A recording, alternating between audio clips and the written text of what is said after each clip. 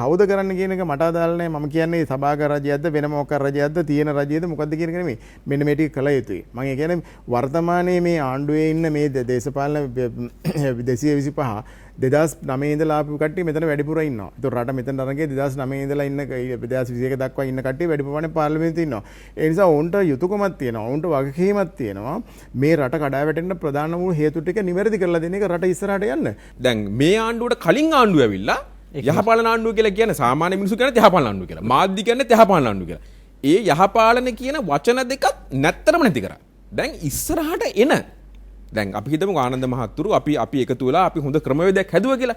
ඔය ක්‍රමවේදය ඇතුළේදී අපිට ඔය වචන භාවිතා කරන්නවත් බැරි මට්ටමට ඒ වචන දූෂණලා ඉවරයි. අපි මේ ප්‍රශ්නෙට උත්තරයක් හොයන්න ජනතාව පීඩා විඳිනවා. බෙහෙත් නැහැ, පොහොර නැහැ, ඉන්ධන නැහැ, ලයිට් නැහැ, ඔක්කොම තියෙද්දි අපි මේ ව්‍යවස්ථා සියලුම දේවල් කතා කර මීට මාස 6කදී අවුරුද්දකදී කලින් කතා කරන්න තිබ්බ දේවල් දැන් කතා කර ඉන්නේ නැතුව අපි දැන් මේ හදිසි අවස්ථාවේට අපි ඔක්කොම එකතුලා විසඳුමක්. ඔබ කැමති නම් අපි විසඳුම් මාලාවක් ඉදිරිපත් කරමු. අපි ඒක කතා කරලා අපි කොහොමද හෙට ඉඳලා ඒක ක්‍රියාත්මක කරන්න වෙන්නේ. මොකද අපිට තව කල් නැහැ මේ තර්ක විතර්ක කර ඉන්න. ආයුබෝවන් සුබ සන්ධ්‍යාවක් ප්‍රාර්ථනා කරනවා. ඔබ දන්නවා සිකුරාදා හවස මේ වෙලාවට අපි මුණ ගැහෙන්නේ නින්නාද සජීවී සංවාදයත් එක්ක රටමැද දේශපාලන අන්ධහැරය, යුක්තිය අන්ධහැරය, ඒ වගේම සාධාරණත්වයේ යුක්තිය සත්‍ය සඳහා වෙන්නුණු දෙහෝරාවක් හිතතුනි. දැන් මේ දිනවල අපිට තියෙන අපි දැවෙන ප්‍රශ්න බොහොමයක් තියෙනවා. ඒ තමයි මහජන අර්ගලයේ තීරණාත්මකම කාල සීමාවක තීරණාත්මක සතියක තමයි අපි ජීවත් වෙන්නේ. අපේ හෘද ස්පන්දනය, අපේ දේශපාලන හදගැස්ම බොහොම තීරණාත්මක තැනක තියෙන්නේ. ඒත් එකම කම්කරුවන් ගැන කතා කරන කාලයකට කෙලින්ම සටන අවතීර්ණ වෙනවා.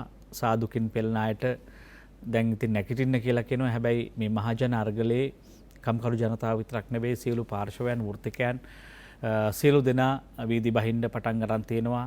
සටනේ යම් උච්චතම අවස්ථාවකට ඇවිල්ලා තියෙනවා. හැබැයි මේ හැම සටනකම බලාපොරොත්තු අපේක්ෂාව මේ පවතින ක්‍රමය වෙනස් කිරීම, පවතින ක්‍රමේ කඩා දැමීම. හැබැයි මේ වෙනසින් පසුව උදා වෙන තත්ත්වය පිළිබඳ සාකච්ඡාවක් සංවාදයක් රටක තිබුණේ නැත්නම් අපි හිතනවා රටට ආපහු නැගිටින්න හම්බෙන්නේ නැහැ. අපි වැටුණාම නෙවෙයි නැගිටින්න හදන්න ඕනේ. වැටෙන්න කලින් අපිට තියෙන්න ඕනේ නැගිටින්න උත්සාහ කරන සැලැස්මක්. ඒ නිසා අපේ අර්ගලයට හරි කැමති, සටනට හරි කැමති. අපි හිතනවා පුද්ගලයෝ ගෙදර ඇරියට තව පුද්ගලයෝ ආවට මේ අපි නඩත්තු කරමින් යන්නේ වැරදි ආකෘතියක් නක්. ඒ වැරදි ආකෘතිය නඩත්තු කරන තාක්කල් අපි මේ රෝගයෙන්, මේ ප්‍රශ්නයෙන් පීඩා විඳිනවා. ඒ නිසා අපි වඩා නිවැරදිව තේරුම් ගත යුතුයි, සමාජ අවබෝධය නිවැරදි කළ යුතුයි. අපේ ගමන තීරණය වෙන්නේ වඩා නිවැරදි පාරක් ඔස්සේ, නිවැරදි වැඩපිළිවෙලක් ඔස්සේ, නිවැරදි උපාය මාර්ග තේරුවොත් පමණයි. අපි දන්නවා දිගින් දිගටම ශ්‍රී ලංකාව මේ තත්ත්වයට පරිවර්තනය වීම සඳහා නැත්නම් කඩා වැටීම සඳහා අපි නැත්නම් කියනවා ලෝකයේ ඉතා පහළට ගමන් කිරීම සඳහා, දුප්පත් වීම සඳහා බලපෑවේ අප මේ රට ගොඩනැගීම සඳහා තෝරාගත්තු උපාය මාර්ග. උපාය මාර්ග හරිනම් අපි හරි තැනට ගමන් කරනවා. දැන් අපිට තේරෙනවා යම් ආපසු හැරී බැලීමක් කරනකොට අප විසින් තෝරා ගන්නු ලැබෙ උපාය මාර්ගවල අතිවිශාල අඩුපාඩු තියෙනවා. සමහර වෙලාවට මිනිස්සුන්ගේ අඩුපාඩු තියෙනවා. සමහර වෙලාවට මිනිස්සුන්ගේ අඩුපාඩු දකිනවා. හැබැයි මිනිසා මේ නඩත්තු කරමින් ඉන්න ආකෘතිය, දේශපාලන ආකෘතිය, සමාජ ආකෘතිය පිළිබඳ අපිට විවේචනයක් නැහැ, සංවාදයක් නැහැ. ඒ නිසා මේ අපි දිගින් දිගටම රංගිත ශ්‍රී ලංකා රූපවාහිනිය වගේම අපේ නිනාද වැඩසටහන දිගින් දිගටම සමාජයෙන් ඉල්ලා සිටිය එක දෙයක්. ඒ තමයි කරුණා කරලා සමාජ සංවාදයක් හදන්න. මේ වෙහෙසකාරී සමාජ තත්ත්වයේ පියමන් කිරීම සඳහා දියුණු සාකච්ඡාවක් හදන්න සමාජය ඇතුළේ. එතකොට අපිට වැටහෙන්න ගන්නවා මේ රටේ මේ වෙනස සඳහා අපි ඔක්කොම දායක විය යුතුයි කියලා. බොහෝ දෙනෙක් කියන්නේ සිස්ටම් චේන්ජ් එකක් කියලා. හැබැයි ඒ සිස්ටම් චේන්ජ් එක ඇතුලේ සිස්ටම් කියන වචනේ ඇතුලේ අපිත් ඉන්නවා, පුරවැසියක් ඉන්නවා. පුරවැසියාගේ සිට පළමු පුරවැසියා දක්වා අපි කොහොමද සමාජය නිවැරදි කරන්නේ? අලුත් පාරක් හදන්නේ. හැබැයි අද මාතෘකාව ටිකක් තීරණාත්මක උණුසුම්කාරී වාතාවරණයක් අරගල මැද, අරුබුද මැද, කෑගහිලි මැද, ഘോഷාකාරී තත්වයක් මැද රට තියෙන්නේ. හැබැයි තාම පෝලිං තියෙනවා. දුක් විඳින ජනතාව තව තවත් පීඩාවට පත් වෙමින් තිබෙනවා. අත්‍යවශ්‍ය ආහාර ද්‍රව්‍ය සහ මූලික අවශ්‍යතාවයන් සපුරා ගැනීම සඳහා නව සටනක් මිනිස්සු පටන් ගන්න තියෙනවා. ඒ නිසා සාදුකින් පෙළෙන හැම ජනතාවටම මේ කම්කරු දිනේ, මැයි දිනේ අතිශය වැදගත් වෙයි. තමන්ගේ ප්‍රශ්නය කලින් ඉදිරිපත් කරලා තිනවා. දැන් මැයි නෙවෙයි, අතම අප්‍රේල් තමයි මේ සටන පටන් ගත්තේ. දැන් මේ නිසා රටම මෙහෙම තැනක තියෙද්දි අපිට තියෙන්නේ දැන් අපි නිතරම ඉදිරි ගමන කතා කරන කණ්ඩායමක් රටමැද ඉඳන් අපි අද මාතෘකාව හැට තෝරගත්තා. හැබැයි ඔබ කැමති මාතෘකාව සංකල්පයකට අපිත් කැමති මාතෘකාව රටට දූෂණයෙන් තොර නව මාවතක් කියන කාරණේ. රටට දූෂණයෙන් තොර නව මාවතක්. මේකදී අපිට මේ මාතෘකාව ඇතුළෙම කියවෙන්න උත්සාහ කරනවා අතරම අපි තෝරගත්තු පාර දූෂිත පාරක් කියලා. ඒ නිසා අපි ටිකක් මේ සම්බන්ධව කතා කරන්න ප්‍රවීණයන් තුම්පලකට ආරාධනා කරා. අපි හිටපු විගණකාධිපති ගාමිණී විජේසිංහ මහත්මයා මේ දිනවල කතා බහට ලක් වෙන චරිතයක් ඔබ පුතුන් රටවැදලා ආදරෙන් පිළිගන්නවා. අයිබෝන්. ඒතකම අපි ආරාධනා කරා පිරිපුන් දේශයක් සංවිධානයේ ගරු සභාපති ඉංජිනේරු ආනන්ද දේවසිංහ මහත්මයාට නව දර්ශනයක් ජාතික දැක්මක් සහිත සංවිධානයක් ඔස්සේ තුමන් වැඩ කරන්න ආරම්භ කරලා තිනවා ශ්‍රී ලංකාව තුළ. අයිබෝන් කියලා පිළිගන්නවා. ඒතකම මේ දේශපාලනිකව මේ සමාජ විශ්ලේෂකයෙක් හැටියට අපි දකින්නේ විචාරකයෙක් හැටියට අපි දකින්නේ නීතිඥ චන්ද්‍රලෝල ගෙදර මහත්මයා. අයිබෝන් කියලා පිළිගන්න බොහෝ කාලයකට පස්සේ.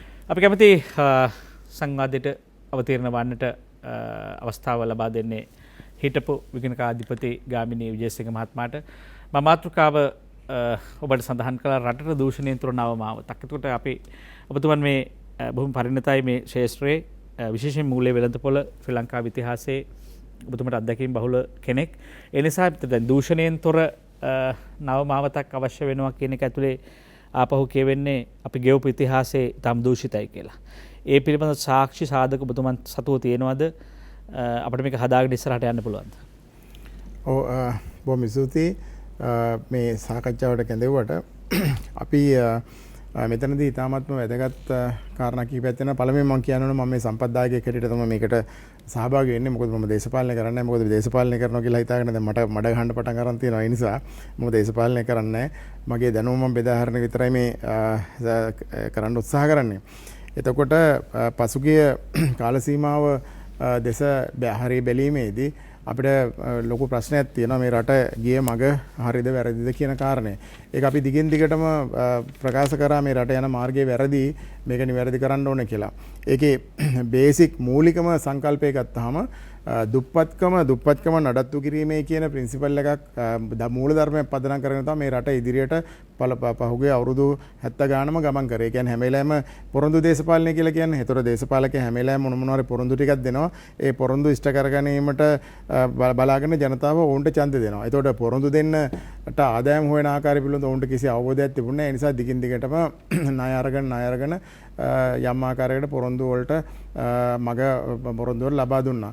රටේ විශාල ආදායමක් තිබුණා. ඒ ආදායම ඇත්තටම වියදම් කරා. වියදම් කළා අනිත් පැත්තෙන් ඉතුරු ටික අරගෙන ණය අරගත්තා. ණය අරගෙන තමයි මෙතනට රට ගමන් කරේ. ඒ නිසා පළමුවෙන්ම මේ රට වෙනත් මාර්ගයකට හරව ගන්න නම් අපිට අනිවාර්යෙන් අවශ්‍ය නම් මේ පොරොන්දු දේශපාලනය කියන එක ඉවත් කළා. එහෙම නැත්නම් දුප්පත්කම නඩත්තු කිරීමේ කියන බේසික් මූලික මූලධර්මයෙන් ඉවතර ගිහිල්ලා රට එතනින් ආදායම ඉහළ මට්ටමට ගෙන කියන අලුත් ප්‍රින්සිපල් එකකට මේක මාරු වෙන්න අවශ්‍යයි. ඒක එච්චර ලොකු අමාරු වැඩක් නෙවෙයි. නමුත් ප්‍රශ්නේ තියෙන්නේ අපේ දැනට පවතින දේශපාලන පක්ෂ කිසි කෙනෙකුට අවබෝධයක් නැහැ. දුප්පත්කමෙන් ඉවත් වීමේ ප්‍රින්සිපල් දුප්පත්කම නඩත්තු කිරීමේ ප්‍රින්සිපල් වලට එහා ගිය සංකල්පයක් රට ගොඩනගන්න. මෙතන තමයි මේ ගැටලුව ඇත්තටම තියෙන්නේ. ඉතින් අදත් අපි දකිනවා ආයෙත් පටන් අරගෙන තියෙනවා එක එක පොරොන්දු දෙන්න දීලා මෙතනින් ඉස්සරහට එන්න පුළුවන්ද කියන කාරණේ බලන්න. එතකොට ඉතිහාසයේ දිහා බලපුවාම මම ඒ සඳහා අවශ්‍ය සංකල්පයකන සියල්ලම මම ගාව තියෙනවා. අපේ මේ රට මෙතනට දැන් වර්තමානයේ තියෙන තත්ත්වයට අපි කතා කරන්න ඕනේ. ඒක තාතරොත් තමයි අපිට එතන එහාට යන්න පුළුවන් වෙන්නේ. මේ කඩාවැටීම පටන් ගත්තේ ඇත්තටම යුද්ධෙන් පස්සේ කියන එක ඉතාමත්ම පැහැදිලි. සංකල්පයකන දිහා බලපුවාම 2009 අපි යුද්ධය අවසන් වෙනකොට ලංකාව ණයබර තිබුණේ 2009 ට්‍රිලියන 3.6යි. ඒ කියන්නේ බිලියන 3600ක ණය ප්‍රමාණයකින් තමයි අපි යුද්ධේ අවසන් කරලා රට දුවන්න පටන් ගත්තේ. හැබැයි ඒ ට්‍රිලියන 3 එහෙම නැත්නම් බිලියන 3675 කියන එක අපි 2021 කෙනකොට බිලියන 20000 දක්වා වැඩි කරගත්තා. බිලියන 20000 දක්වා වැඩි කරගත්තා. ඒකේ පළවෙනි 2009 ඉඳලා 2014 වෙනකම්ම රජයන් පැවති රජය විසින් බිලියන 2900ක් ණය අරන් තියෙනවා. ඊට පස්සේ 2013 පටන් 14 පටන් ගත්ත රජය නැවත බිලියන 5600ක් ඒ කියන්නේ ට්‍රිලියන 5.6ක් ණය අරන් තියෙනවා. ඊළඟට 20 පටන් ගත්ත රජයේ වර්තමාන රජය තවත් බිලියන 4600ක් නැත්නම් ට්‍රිලියන 4.6ක් ණය අරන් තියෙනවා. ඒ විදිහට තමයි මේ ට්‍රිලියන 20ට රට ගමන් කරේ. ඉතින් ඒ නිසා මම මේ කියන්න උත්සාහ කරන්නේ 2009න් පස්සේ යුද්ධයෙන් පස්සේ මේ රට පාලනය කරපු සියලුම රජයන් මේ සම්බන්ධයෙන් දෙවෙනි නැතුව සියලු දෙනා වක් කියනවා. ඒකෙන් යහපාලන රජය තමයි වැඩිපුර ණය අරන් තියෙන්නේ බිලියන 5610ක ණය අරන් තියෙනවා පසුගිය 2014 ඉඳලා 2019 දක්වා කාලය තුල. එතකොට මේ මෙහෙම ණය ගැනීමට ඇයි ගියේ කියන ප්‍රශ්නේ ඉතාමත් බරපතල ප්‍රශ්නයක් අද රටට තියෙන. හැබැයි වර්තමාන රට කඩා වැටුණට බලපාන ප්‍රශ්න හතරකට මම බෙදනවා. ඒ පළවෙනි ප්‍රශ්නේ තමයි රාජ්‍ය ආදායම කඩා වට්ටා ගැනීම. දෙවෙනි කාර්යය තමයි පොලි පන්ටම ඉහළ දමා ගැනීම. පොලි ප්‍රමාණය ගෙවීම ඉහළ දමා ගැනීම. තුන්වෙනි කාරණය තමයි ණය සීමාව ඉක්මව ණය ලබා ගැනීම. හතරවෙනි කාර්යය තමයි වෙළඳ ශේෂය විශාල වැඩිවීමක් කර ගැනීම. මේ කාරණා හතර මම පැහැදිලි කරලා දෙන්නම් මේ පොඩි කාලයක් ඇතුළත.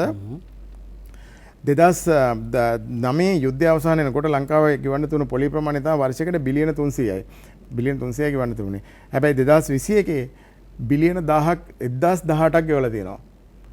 මේක හිතන්න බැරි amount එක ට්‍රිලියන එකක් පොලි තමයි ගෙවලා තියෙන්නේ. ඒ කියන්නේ 2009 රටේ ආදායම තිබුණේ බිලියන 700යි. හැබැයි ඒක 2019 වෙනකොට බිලියන 1907 දක්වා වැඩි වුණා. ඒතකොට 2018 බිලියන 1935යි 2019 බිලියන 1907යි. හැබැයි අවාසනාවකට මේ වර්තමාන රජයේ කරගත්ත ලොකුම අදූරදර්ශී වැඩේ තමයි කාගෙන් අහලා මොකට කරාද කවුරු කරාද කියන එක පිළිබඳ මුළු රටටම ප්‍රශ්නයක්. ආදායම බිලියන 600කින් කඩාවට්ට ගත්තා. ඒ නිසා 2020 ආදායම බිලියන 1378ට බැස්සා 2019 තුන බිලියන 1907 ඉඳලා. එතකොට 2021 කෙනකොට බිලියන 1460ට බස්ස ගත්තා. බිලියන 1466ක් ආදායම 2021 තියෙනකොට ඒකෙන් පොලි ගෙවලා තියෙනවා බිලියන 1018ක්. මීට එහා රටකට දෙයක් වෙන්න පුළුවන්ද?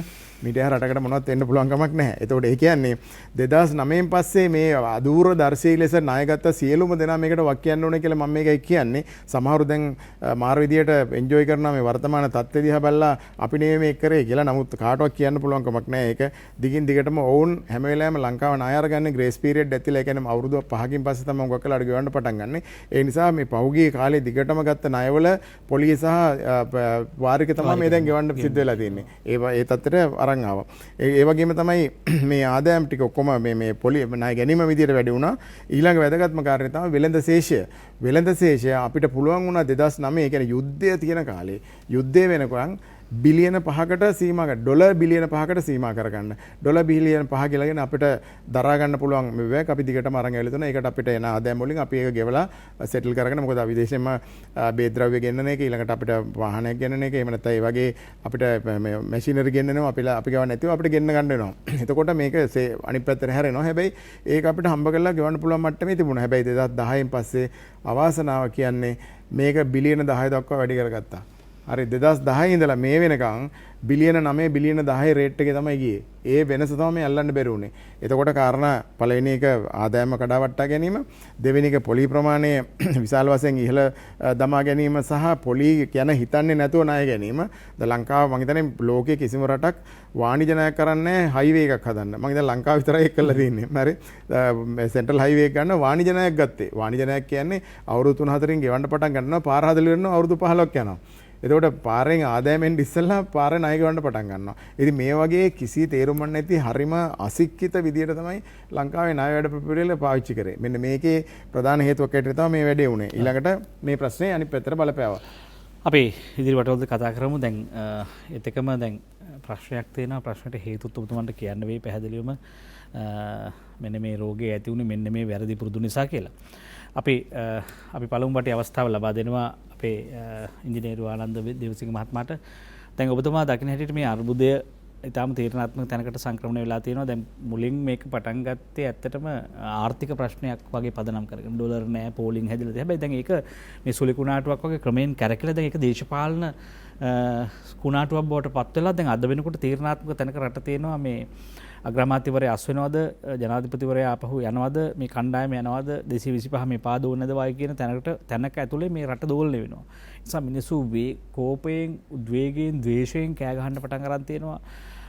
වාහන පාරවල් වහනවා හිර කරද මේ තීරණාත්මක සමාජ අවකාශය අපිට පියමන් කරන්න පුළුවන් වෙයිද? ඔබතුමා මේ හිතන හැටියට අපිට දැන් මේ අපි හදනවා නම් ආය දූෂණයෙන් තුර නව මාවතක් හොයනවා නම් මේ 225ත් එක්ක බෑ කියලානේ කියන්නේ. ඒකට අපිට එහෙම එකක් කරන්න පුළුවන් වේවිද ඇත්තට මේ ඔබතුමාලගේ දැක්මට අනුව? ඔව් කෝගේ මහත්තයා බොහොම ස්තුතියි. මම ඉස්සල්ලාම මෙහෙම ප්‍රවේශයක් ගන්න අපේ ගාමිණී මහත්මයා කතා කරලා අවසන් කරපු තැනින්ම ඇත්තටම මේ හේතුව ගැන ගාමිණී මහත්මයා මේ වෙනකොට මම හිතන්නේ සෑහෙන ප්‍රමාණයක් ප්‍රකාශ කරලා තියෙනවා. මේකේ තියෙන ප්‍රශ්න මොකද්ද මේ 74 වසර තුන උනේ කියන එක. එතනින් ගත්තොත් දැන් උදාහරණයක් විදිහට එතුමා කියන 15 ඉඳලා 19 වෙනකොට ට්‍රිලියන් 4.1 ණය අරගෙන තිබුණට 15 ඉඳලා 19 වෙනකන් දලජාති නැත්නම් GDP එක වැඩි වෙලා තියෙන්නේ බිලියන 3කින් විතරයි USD. එතකොට එතන ඉඳලා 78 ඉඳලා අපි ගත්තොත් 78 අපේ රටේ GDP එක තිබුණේ 2.0 ගාණක්. 1948.3 ඉඳලා 78 වෙනකම් ඇවිල්ලා තිබුණේ 2.0 ගාණක.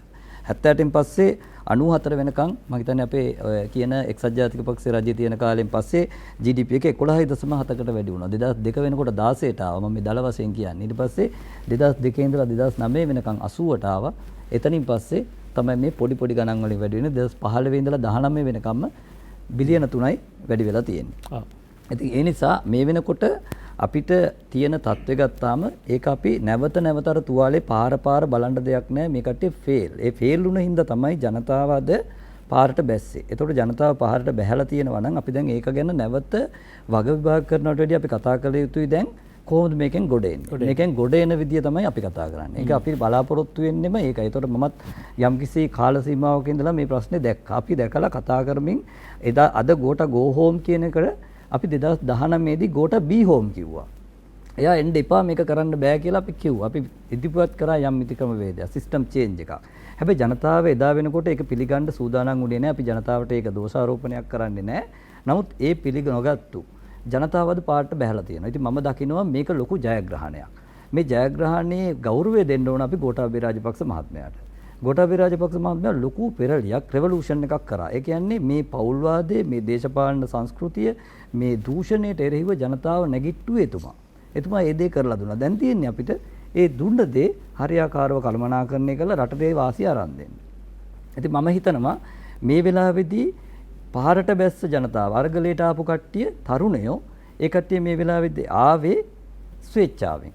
ඒ කට්ටියට ප්‍රශ්නයක් දැනුණා. හදට බඩට පාරේදී තෙල් ටික ගහ ගන්න බැරුව කරන්ට් එක නැතුව ප්‍රශ්නයක් ඇවිල්ලා පාරට ආවා. හැබැයි ඒ කට්ටිය ගෝල් පේස් පිටියට ආවේ අප්‍රේල් 7 වෙනිදා නැත්නම් 8 වෙනිදා මං හිතන්නේ. ඒ වෙනකොට ආවේ මේක සදාකාලික ගෝල් පේස් පිටියට වෙලා ඉන්න බලාගෙන නෙවෙයි. ඒ කට්ටියට ඕන වුණා ඉක්මනින් මේ ප්‍රශ්නේ ඉවර කරලා ගෙවල් වලට ගිහලා නැවත සාමාන්‍ය ජීවිතයට එන්න. නමුත් ඊට පස්සේ අපිත් යම්කිසි වැරද්දක් තියෙනවා මම දකිනවා. ඒ කියන්නේ මෙතනදී ස්වේච්ඡාවෙන් අර්ගලයක් පටන් ගත්තාම මෙතන නායකත්වයක් නැහැ. නමුත් අපි දන්නවා යම්කිසි ගැටලුවක් විසඳන්න නීතිමය මාර්ගයක් තියෙනවා.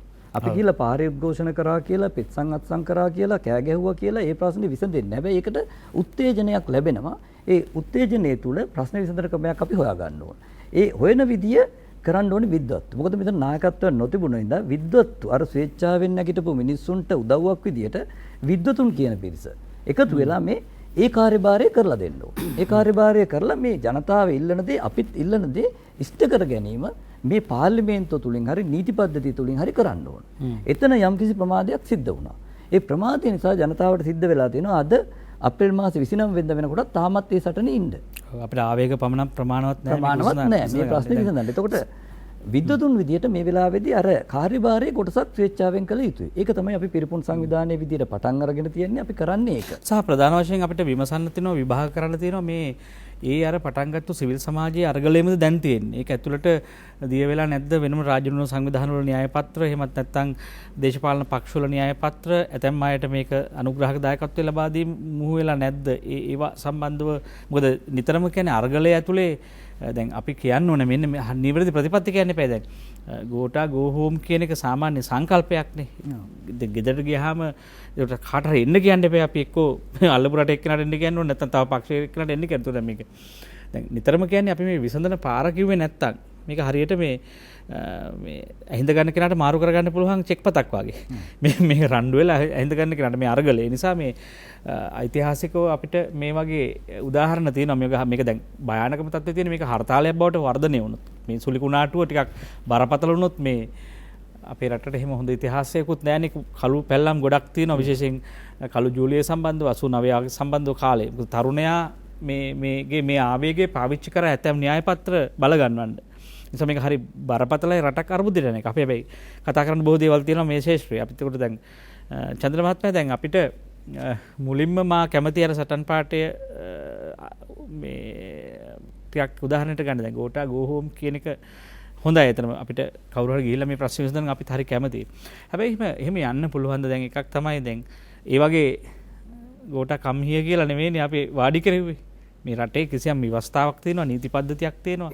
ඒක දැන් අපිට මේ නිවැරදි මාර්ගයේ ගියොත් නේ නිවැරදි ඉලක්කයන් නිවැරදිව සපුර ගන්න පුළුවන්. ඒකට අපි මේ අවතීර්ණ වෙච්ච මාවතේ තියෙන අඩුපාඩු තියෙනවද? දැන් මේ අරගලයේ ඇතුලේ අපිට වහා නිවැරදි කරගත් දේවල් තියෙනවද මේ කෙටි කාලයක් ඇතුලේ? ඔව් ගමගේ මහත්මයා මම ආරම්භයක් විදිහට මේ සාකච්ඡාවට සම්බන්ධ වුණා. දැන් අද අපේ මාතෘකාව වෙන්නේ දූෂණයෙන් තොර නව මාවතක් කියන මාතෘකාව. එතකොට දැන් අපි ගමගේ මහත්මයා දැන් ඔය ගෝටා ගෝ හෝම් කියන කාරණේ ඉස්මතු වෙද්දී කරලියේදී ප්‍රධාන වශයෙන්ම අපිට එක කාරණයක් ගැන අවංකවම කතා කරන්න වෙනවා. ඒ කාරණේ තමයි රටක දේශපාලඥයන්ගේ තිබෙන අවංක භාවය මොකක්ද උනේ කියන කාරණේ. දැන් මට වඩා හොඳට මේ කාරණේ ගාමිණී ජයසිංහ මහත්මයා පැහැදිලි කරයි. විශේෂයෙන් අපි දන්නවා දැන් සිංගප්පූරුව ගොඩනගද්දී ප්‍රධානතම සාධකයක් විදිහට ගත්තේ අවංක භාවය. සහ මේ ලී කුවන් යූත් කියලා තියෙන අවංක භාවය තමයි ලෝකයේ තිබෙන මිල අධිකම දේ කියලා. සහ හොයාගන්න අමාරුම දේ. දැන් මේ ගෝටා ගෝ හෝම් කියන මේ කතන්දරයේ ඇතුළේදී ගමගේ මහත්මයා අපි හැමෝටම තේරෙන දෙයක් තියෙනවා. මේ වෙනකොට රටේ තරුණ පරම්පරාව අතර ඊටාම ලොකුවට ෆීල් වෙන එකක් තමයි දේශපාලඥයෝ අවංක නැහැ කියන කාරණේ. දැන් ඕක තමයි ගමගේ මහත්මයා අපි තුලනය කරගන්න වෙන්නේ. මොකද හේතුව දැන් අපි එළියේ ඉඳලා අපි කොච්චර අපි අපි කියනවා මේ ගාමක බලවේගයක් විදිහට මේ කටයුත්ත අපි ඉස්සරහට කරගෙන ගියත් ගෝටා ගෝ හෝම් කියන කාරණේ අපි එළියේදී කොච්චර කිව්වත් ඕක දැන් රටේ තිබෙන නෛතික රාමුව ඇතුළට අපි ගේන්නේ නැති තාක් දුරට ඒ වැඩේ වෙන්නේ නැහැ. වෙන්නේ නැහැ ඒක තමයි. වෙන්නේ නැහැ. එතකොට අපි කොහොමද ඒක කරගන්නේ කියන කාරණේ දැන් ආනන්ද මහත්මයාත් මේක තමයි පැහැදිලි කරේ. දැන් අපිත් ගෝල් ෆේස් එකට ගිහිල්ලා නීතිඥවරු විදිහට අපිත් ඒ සම්බන්ධයෙන් අපේ දායකත්වය එක්තරා මට්ටමකට දීලා තිබුණා. මොකද හේතුව දැන් නීතිඥවරු මේ වෙලාවේදී මම හිතන්නේ සාමාන්‍ය ජන සමාජයේත් ඒ කාරණේ පිළිගයි. නීතිඥවරු ඊටාම ප්‍රබල විදිහට සාමාන්‍ය පුරවැසියන්ගේ අයිතිවාසිකම් සහ උන්ගේ උද්ඝෝෂණය කිරීමේ අයිතිය සම්බන්ධයෙන් කොන්දේසි විරහිතව පෙනී හිටියා. පහුගිය කාල සීමාව තුළදී මූලික අයිතිවාසිකම් පැහැදිලිව මූලික අයිතිවාසිකම් සම්බන්ධව විශේෂයෙන්ම උද්ඝෝෂණයක් කරනකොට සාමකාමී උද්ඝෝෂණවලදී කරන පහර දීම් සම්බන්ධයෙන් දැන් ඊටාම මෑත කාලේ උදාහරණය තමයි මේ අරමුක් වෙච්ච සිද්ධිය. දැන් ඒ නීතිඥවරු ඒ වෙලාවේ නීතිඥ සංගමයේ නිල වශයෙන් ඒකට මැදිහත් වුණා. ඊටාම ජ්‍යෙෂ්ඨ ජනාධිපති නීතිඥවරු ඇතුළු නීතිඥ කණ්ඩායම් වශයෙන් පෙනී හිටියේ. ඒක ඉතිහාසයෙන් නොවිච්ච දේවල්. එතකොට ඒ වගේ අවස්ථාවලදී සාමාන්‍ය ජනතාවගේ අයිතිවාසිකම් ආරක්ෂා කිරීම කරලා දැන් මේ වෙනකොට අද දවසේදී කෑගල්ල කොට්ටාසේ බාර ජ්‍යෙෂ්ඨ පොලිස් අධිකාරිවරු අත්අඩංගුවට අරන් තියෙනවා. ඒතර ඔය මට්ටමට මේ කාරණා අපි ඉදිරියට ඇදගෙන ගිහිල්ලා එක තැනකදී ගමගේ මහත්මයා අපිට නැවතත් මේ සාම්ප්‍රදායික රාමුවට එන්න වෙනවා. ඒක අපිට අකමැත්තෙන් වුණත් පිළිගන්න වෙනවා. දැන් මේ රාමුව තමයි 1978 අපේ ආණ්ඩුක්‍රම ව්‍යවස්ථාවේ ඇතුළත් කරලා තියෙන රාමුව. මොකද ඔය රාමුව ඇතුළේදී ව්‍යවස්ථාදායකයේ ඇතුළේදී කරන්න පුළුවන් දේවල් ටිකක් තියෙනවනේ. සහ ඒ දේවල් ටික අපිට කරගන්න බැරි වුණොත් ගෝටා ගෝ හෝම් වෙන්නේ නැහැ. එතකොට දැන් ගෝටා ගෝ හෝම් කරන්න නම් අපිට සිද්ධ වෙනවා තේරුම් ගන්න කොහොමද විධායක ජනාධිපතිවරයෙක් ධූරයෙන් ඉවත් කිරීමට තිබෙන ක්‍රමවේදය මොකක්ද කියන කාරණා. දැන් එතකොට දැන් ගමගේ මහත්මයාත් ඉතිහාස හොඳට දන්න හින්දා අපිට 1830 ගණන් වල ඉඳලා ලංකාවට හඳුන්වලා දුන්න ආණ්ඩු ක්‍රමික ප්‍රතිසංස්කරණ වලදී ඕක වර්ධනය වෙලානේ දැන් අපි අද දකින්න ව්‍යවස්ථාදායක කියන පාර්ලිමේන්තු මොඩල් එක දැන් ඇවිල්ලා තියෙන්නේ.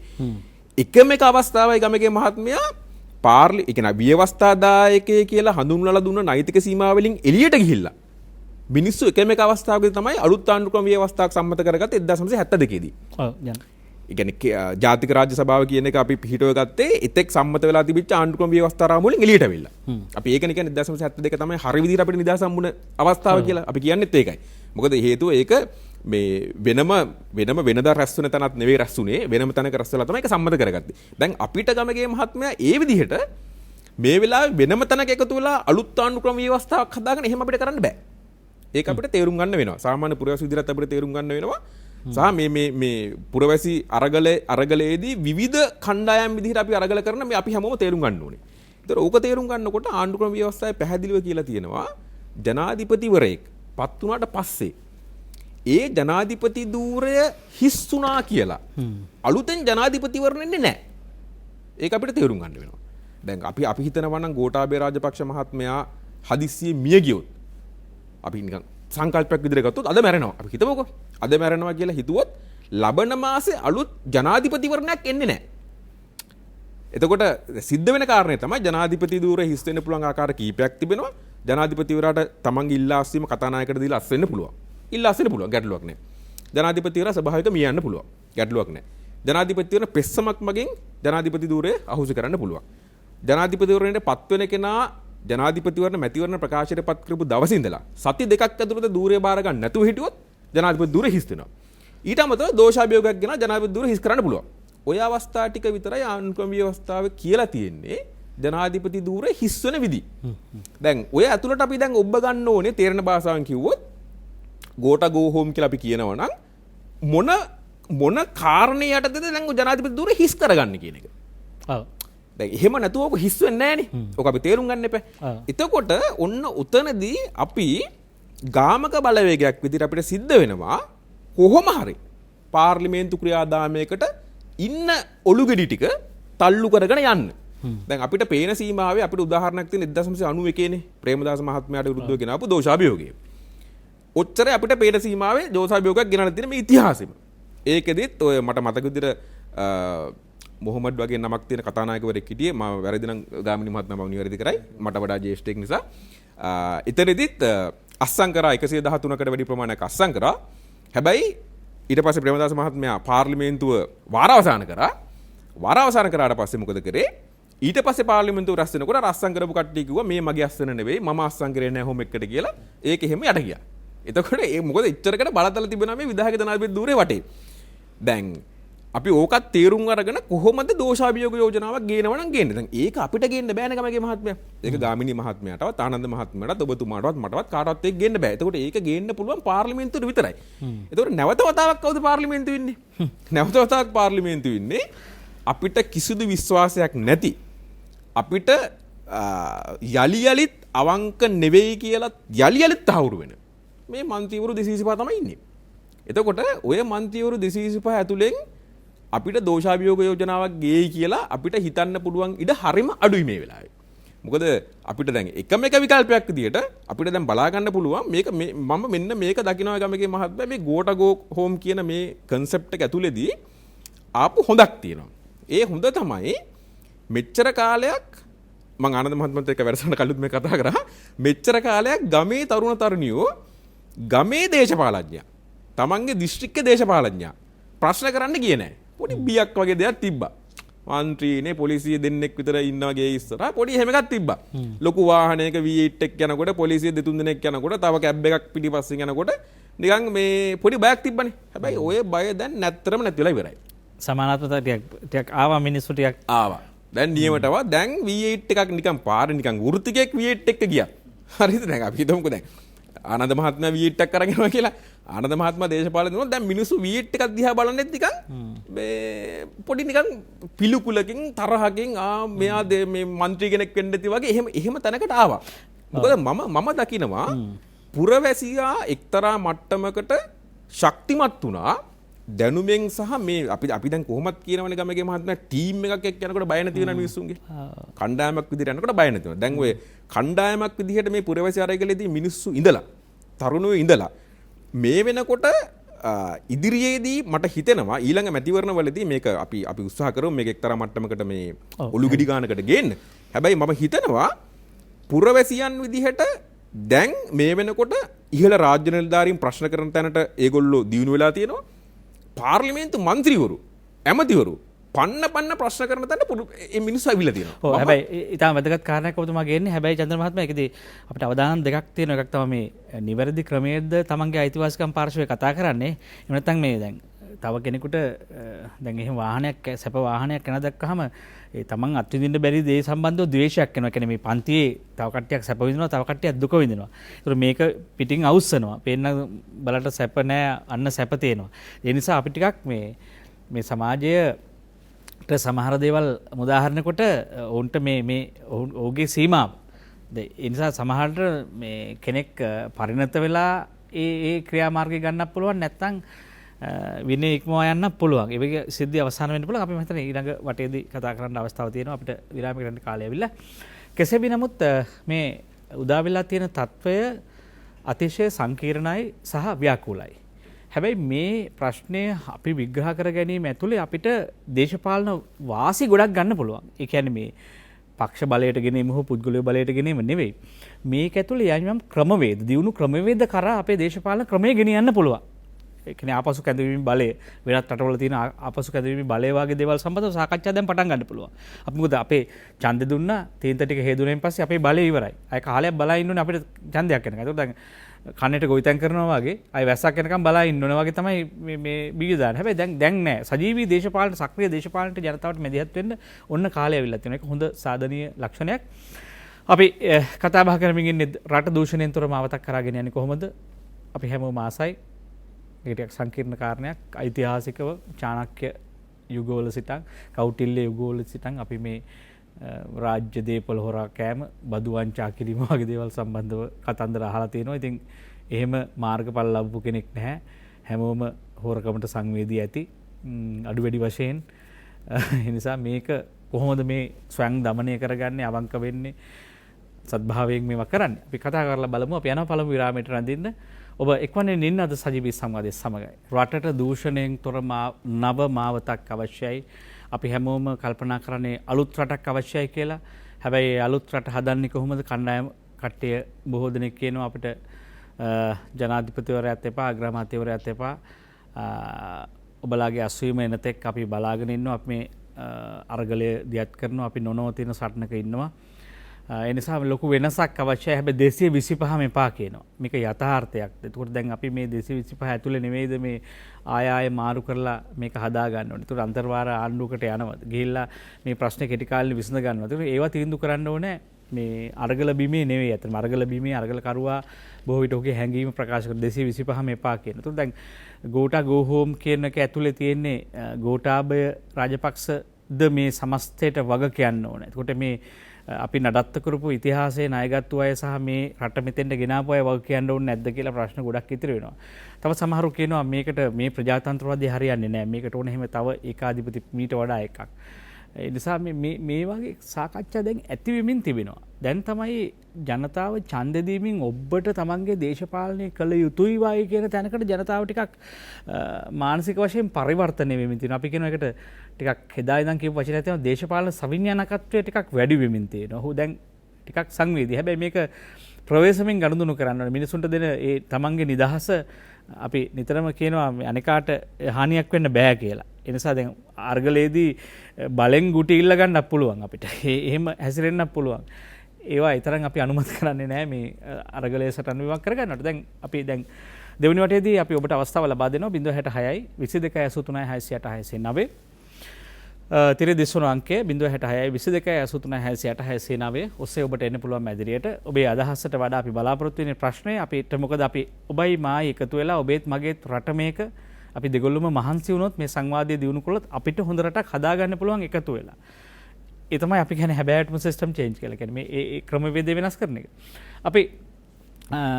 අපි කතා කරමු ගාමිණී විජේසිංහ මහත්තයා ඔබතුමන් ප්‍රවේශ 4ක් ගැන කිව්වා මේ අපි කරගත්තු ඇත්තටම වැරදි 4ක්. කියන්නේ අපි සිල්පද 4ක් කඩලා තියෙනවා. මේක කැඩුවේ ඇයි මොකක්ද ඒකට හේතුව? ඔබතුමා දකින හේතුව මොකක්ද? ඒක අපි හේතු කතා කරලා ඊට පස්සේ විසඳුම් ක්‍රියාවලියට යමු. ඔව් ඇත්තටම මේ ඔබතුමා ඉස්සෙල්ලා ප්‍රකාශ කරා වගේ මේ 225 එපා කියන එක 226 එපා කියන කතාවේ මම දකින්න ඔයිට එහා ගියේ කතන්දරයක්. ඇත්තටම 225 එපා කියන එක අදහසනේ සිස්ටම් එක එපා කියන එකයි මම නම් දකින්නේ. මොකද මේ ඉන්න 225 නේ මම ඒකයි පැහැදිලි කරේ 2009 ඉඳලා මේ දක්වා හිටපු සියලුම 225 ඒවා මේ වැරද්ද කරලා තිනවා. ඒ කියන්නේ මේ සිස්ටම් එක ෆේල්. සිස්ටම් එක කඩා වැටලායි තියෙන්නේ. එතකොට මූල්‍ය බලය රටේ ලංකාවේ මූල්‍ය බලය 100%ක්ම ප්‍රඳාව පවතින පාර්ලිමේන්තුව මත. එතකොට පාර්ලිමේන්තුව මත පවතින මූල්‍ය බලය එහෙම තියාගෙන රට බංකොලොත් වෙලා. ඉතින් රට බංකොලොත් වෙලා කියලා කියන්නේ මූල්‍ය බලය උන්ට ක්‍රියාත්මක කරන්න බැරිලා තියෙන. ඒ කියන්නේ පාර්ලිමේන්තුව අසාර්ථකයි කියන එක. පාර්ලිමේන්තුව ෆේල්.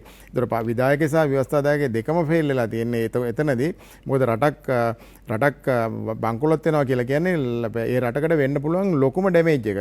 මම දකින්නේ විජේ රජුරුවන්ගෙන් පස්සේ මේ රටට වෙච්ච ලොකුම ඩැමේජ් එක තමයි අප්‍රේල් 12 සිද්ධ වුණේ කියන තැන තමයි මම ඉන්නේ. මොකද හේතුව බැංක්‍රප්සි ඩික්ලෙයාර් කරනවා කියලා කියන්නේ ආයේ රට වෙන කතා කරන්න දෙයක් නැහැ. රට මුළු ලෝකෙම ඉදිරියේම හැල්ලුවට ලක් වෙලා දැන් තියෙන්නේ. ඒකම අපේ පුද්ගලයෙකුට අපේ සිටිසන්ෂිප් එකේ තියෙන පුද්ගලයෙකුටත් බැංකුවකින් පිටරට බැංකුවකින් ණයක් ගන්නකොට ඒ දෙසරක් හිතලා තමයි බැංකුව දෙන්නේ. ඒ කියන විදිහට කෙරෙන්නේ නැහැ. ඊළඟට අපේ මිනිස්සුන්ට බාණ්ඩ ගෙන්නනකොට වෙනදා ක්‍රෙඩිට් බේසිස් දුන්නා. අද ඒකගේ අද හම්බෙන්නේ නැහැ. ඒක ගන්න පුළුවන් කමක් නැහැ. ඒ විදිහට මේකේ ඩැමේජ් එක මෙතකයි කියලා කියන්න පුළුවන්. සමාන දැන් උදම අපි කියනවනේ මේ දේශපාලඥයා සහ ජනාධිපතිවරයා අග්‍රාමාත්‍යවරයානේ ජූදිතෙන් බඩ පත් වෙලා ඉන්නේ. දැන් ඒ බොහෝ විට ඒ අය මේ අවුරුදු 5න් පාට වෙනස් වෙනවා.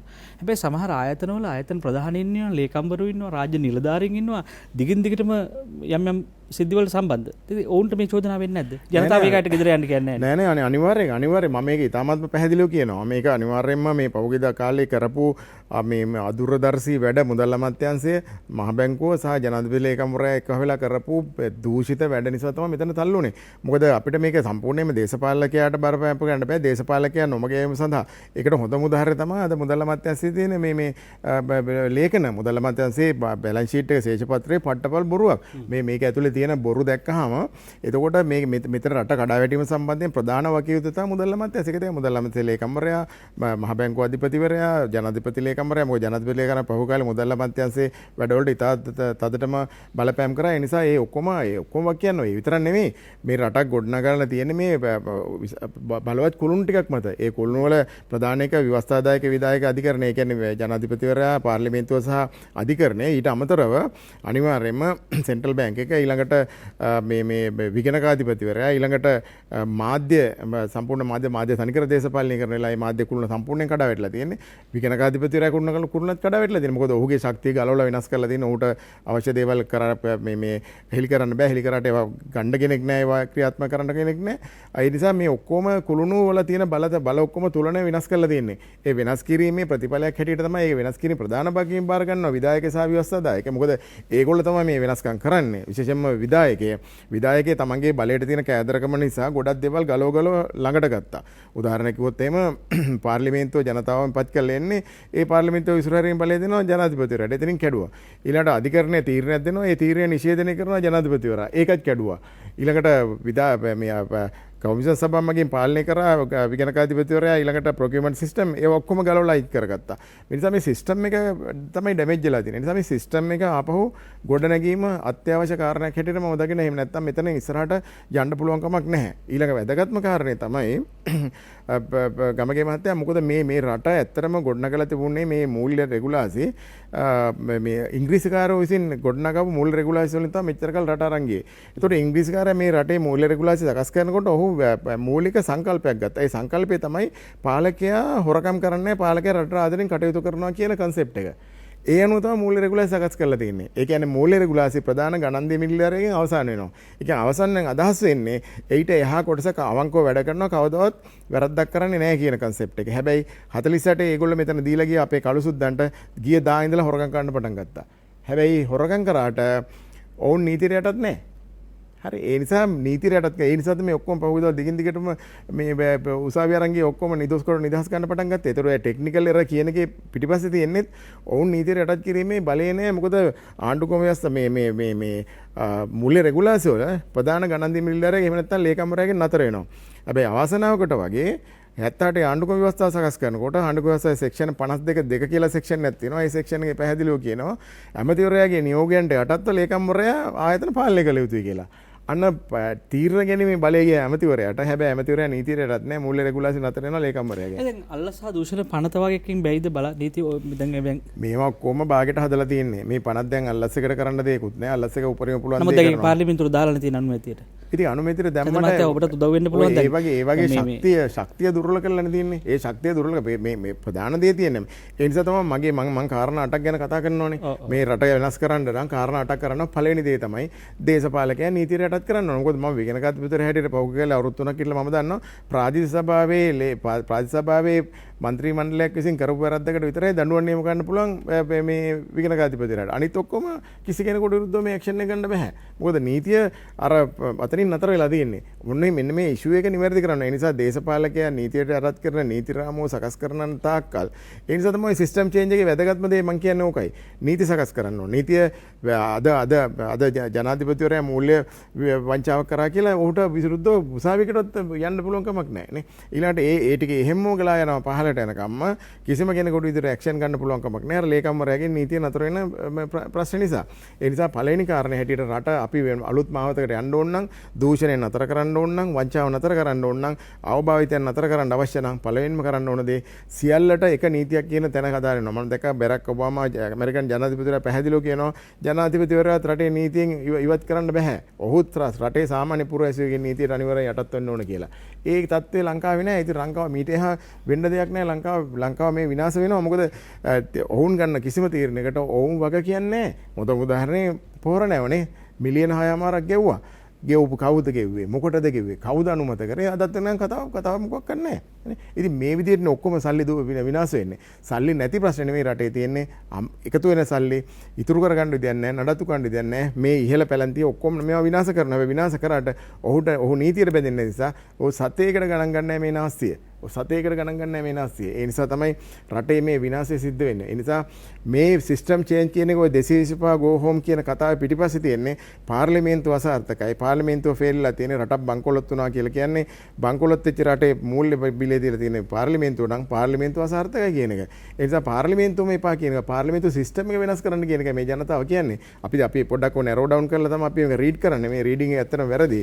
ඒ රීඩින් එක පිටිපස්සේ තියෙන ඔන්න ඔය කාරණායි මම දකින්නේ. ඒ නිසා තමයි මේක අවශ්‍ය වෙලා තියෙන්නේ. මම හිතන්නේ මේ අවශ්‍යතාවය රටට දැනෙන්නේ මොකද ජනතාවට දැනෙන්නේ මේ වෙහෙසකාරී ජීවන පැවැත්ම වෙහෙසකාරී දිවි පැවැත්ම කොහොමද නඩත්තු කරන්නේ කියලා. හැබැයි ඔවුන්ට තේරෙන්නේ නැහැ එතනින් එහාට මේක දේශපාලනිකව කියව ගන්න.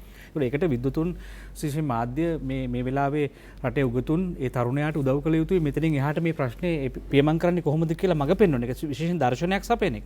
ඒක හරි වැදගත් කාරණයක්. 066 22 83 689 තලවතුගොඩින් පර්සි ඩෑස් මහත්මයා ඉන්නවා. අයිබෝන් ඔබට. අයිබෝන්. ඔව් කතා කරමු.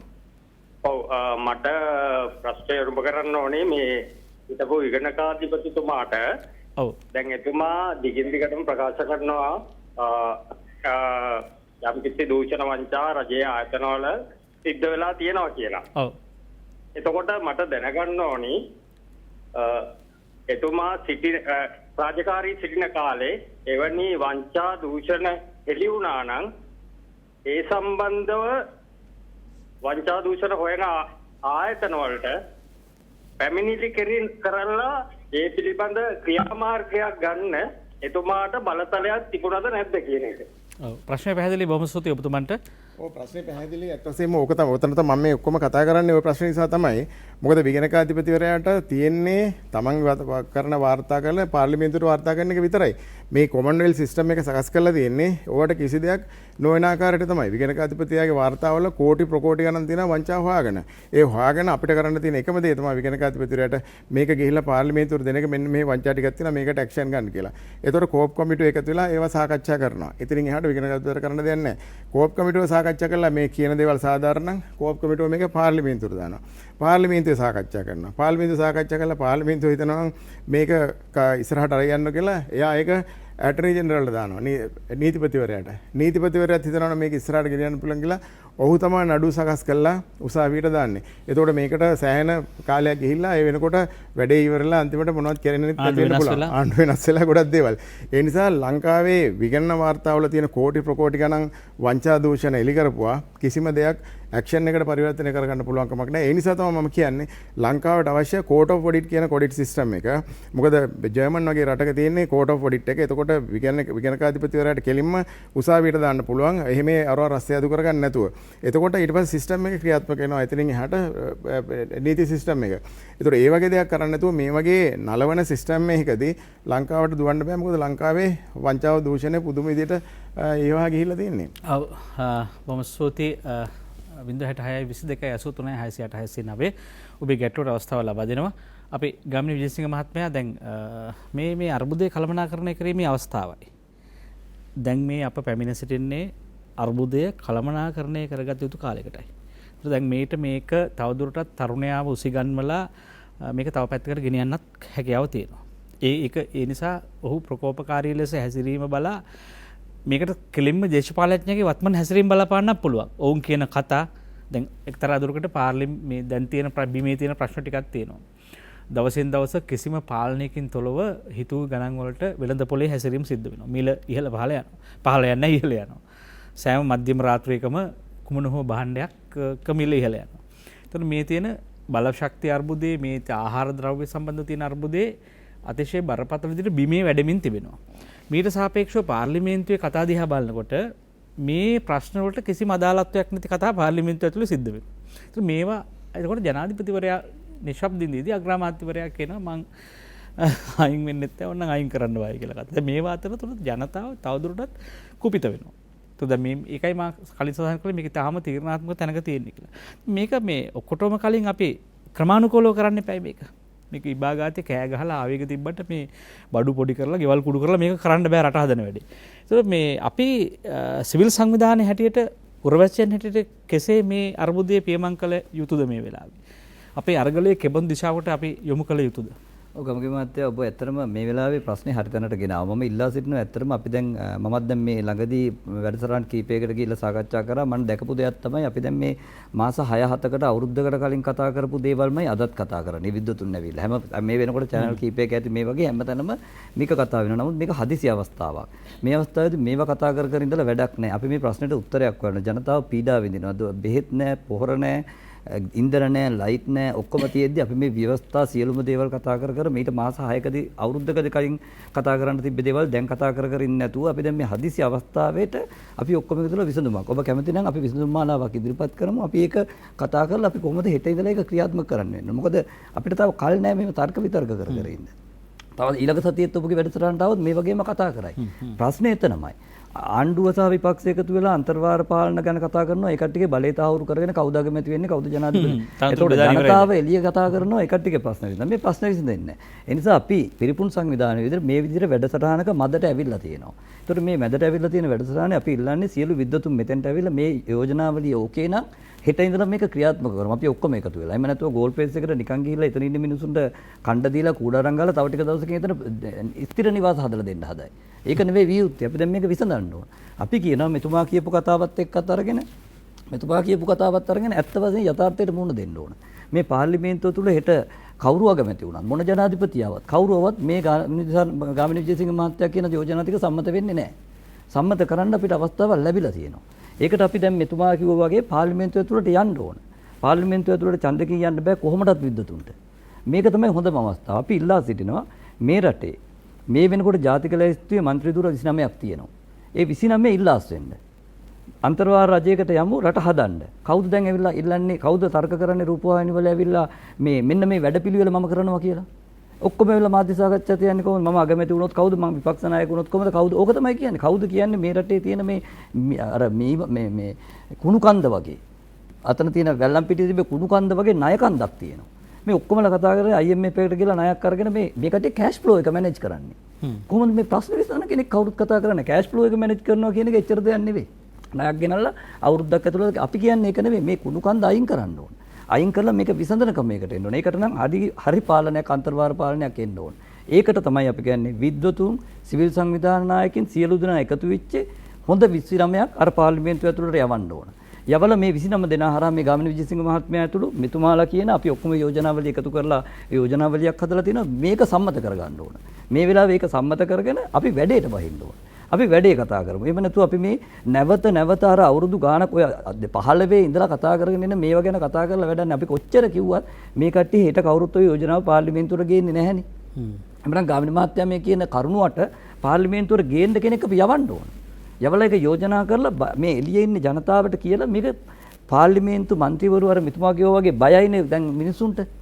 උන්ට බල කරන්න ඕන මේක සම්මත කරපල්ලා. මේක තමයි වෙලාව. එහෙම නැතු මේ අන්තර්වාර කාලයක් ඇතුලේ ওই කට්ටිය ආයෙ එකතු වෙලා ගේමක් ගැහුවොත් ගේම ගහන්නේ ඒක පැලැන්තිය රකින්න. රට රකින්නවත් මේ ව්‍යවස්ථා සංශෝධන කරන්නවත් ආර්ථිකය හදන්නවත් නෙමෙයි. IMF එකේ මොන හරි ගේමක් ගහලා ගෙනල්ලා කෑෂ් ෆ්ලෝ එක මැනේජ් කරගන්නේ. කෑෂ් ෆ්ලෝ එක මැනේජ් කරලා ඊළඟ ඡන්දයට යනවා. ඒක තමයි මේ තුන්ගොල්ලන්ගේ මාරමුණ. කවුද කියන්නේ? අපි කියන පාර්ලිමේන්තු මන්ත්‍රීවරු මම අගමැති වෙන්න බලාපොරොත්තු වෙනවා නම් එන්න ඇවිල්ලා කියන්න මෙන්න මං හෙට මාව අගමැති කරන්න මෙන්න මගේ වැඩපිළිවෙල. මේ වැඩපිළිවෙල තමයි මම කරන්නේ. day 1 මේක කරනවා, day 2 මේක කරනවා. මම මෙදාට මෙතෙන්ට එනවා. අවුරුද්දකින් පස්සේ මෙන්න මේ ණය ඉවර කරනවා. ඉලෙක්ට්‍රිසිටි ප්‍රශ්නේ විසඳනවා මෙදාට. ඒ ටික කියන්නේ. ඒවනේ තර්ක කරන්න ඕනේ. මිනිස්සුන්ගේ ප්‍රශ්නේ ඒක. එළියේ ගෝල් පේස් එකේ හරි පිට ඉන්න මිනිස්සුන්ගේ ඩීසල් පොලිමේ ඉන්න මිනිහට මේ කවුද අගමැති වෙන්නේ? ඒක ප්‍රශ්නයක් නෑ. අපිට ඕනේ අගමැති කවුද කියලා. රූපය ඕනේ නෑ. වැඩපිළිවෙල ගන්න. ඒ වැඩපිළිවෙල ගැන කතා කරමු කියලා මම යෝජනා කරනවා. මොකද අපි කැමති නම් වෙලාව දෙනවා නම් අපි යෝජනා කරන යෝජනාවලිය දෙන්න. අපි අනිවාර්යෙන්ම අපි කතා කළ යුතුයි. ඒක ගැලපෙනවද නැද්ද කියන කාරණේ සහ ජනගත කළ යුතුයි. තවත් ඇමතුමකට යනවා 066යි 22යි 83යි 689 අයිබඩුවට. පිරුවන් සරණයි උපාලි මහත්මයා. ඔව්. මම භික්ෂුන් වහන්සේ සමාජ භික්ෂුන්. ඔව් භික්ෂුන් වහන්සේ. ඔව් මම මේ සංවාදය අහනවා. ඔව්. මේ අපේ උගත්තියස් මහත්වරුන්ගෙන් මම මේ ප්‍රශ්නේ අහන්නේ. දැන් රටේ තියෙන මේ රටේ උද්ගත වෙලා තියෙනවා තමයි ප්‍රශ්නයක්. උද්ඝෝෂණ කරන අපේ තරුණ දරුවන්. ඔව්. ඒ අතරතුරේ දැන් ආර්ථිකය කඩා වැටලා තියෙනවානේ.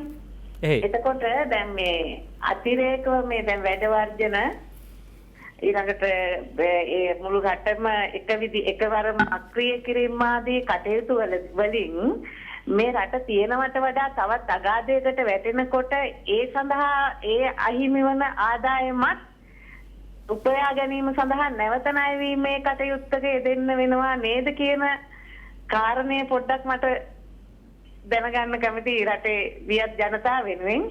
ඒත් එක්කම අපේ උගත් නීතිඥ මහත්මයාගෙන් අහන්න කැමතියි නීතිය රටේ ක්‍රියාත්මක වෙන්නට ඕනේ. නීතිය රටේ ක්‍රියාත්මක කරන්න වෙන්නට ඕනේ අවිනීතිය වෙනුවෙන්. අවිනීතිය ආරක්ෂා කිරීමට නෙමෙයි.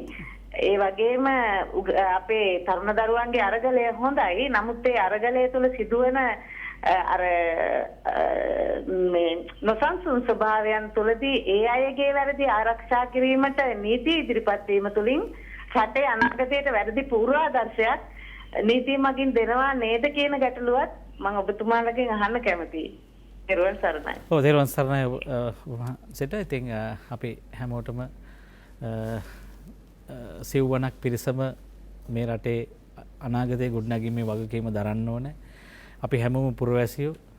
ඒ නිසා හැමෝටම මේකට සහභාගී වෙන්න පුළුවන්. අපිට එකතු වෙලා මේ රට හදන්න පුළුවන් කියන විශ්වාසය තාම තියෙනවා. 066 22 83 689 තවත් එමතුමක් තියෙනවා අයිබන් ඔබට. ඔව් කරදනින් නිහාල් ශාන්ත මහත්මයා අයිබන්. අයිබන්. කතා කරමු ඔබ සම්බන්ධ වෙලා ඉන්න. ඔබතුමායි ගැට්ටෝ යොමු කරන්න. අයිබන්. ඔව් අයිබන් නිහාල් ශාන්ත මහත්මයා. මහත්මයා මේ එතම මේ මගේ ප්‍රශ්නට නිසා මට මේ යොමු වෙච්ච කතාවක් තමයි මේ ඇත්තම අද හොඳ විද්වත් මණ්ඩලයක් ඉන්නවා. රටම දැනගත යුතු කරුණු රාශියක් අද එළිදරව් වෙනවා. නමුත් මේවා මේ අනිකුත් මාධ්‍ය වලින් සමාජිකත වෙනවා නම් අපේ සමාජය මීට වඩා මේ සැබෑ තත්ත්වය පිළිබඳව මීට අවබෝධයක් ලබනවා කියන එක මගේ විශ්වාසය තියෙනවා. මොකද රංගිරි බලන එක ටික විතරයි මේක දන්නේ. අනිත් අයට මේ තොරතුරු යන්නේ නැහැ. සමහරට මේ මහතුරුන්ට අනික් නාලිකාවල මේ වගේ කාලයක් ලැබෙන්නේ නැති ඇති. මොකද යථා තත්ත්වය රට දැනගනි කියන අරමුණ නිසා. අනිත් එක විගණකාධිපතිතුමා දැන් ගොඩක් කරුණු පැහැදිලි කළා. එතුමාගේ විගණනය පාර්ලිමේන්තුවට දැම්මට පස්සේ ඉන්හාට වෙන දේවල් පිළිබඳව හරිය ආකාරව ක්‍රියාත්මක වෙන්නේ නැහැ කියන එක පිළිබඳව. ඒකට මට තියෙනවා ගැටලුවක්.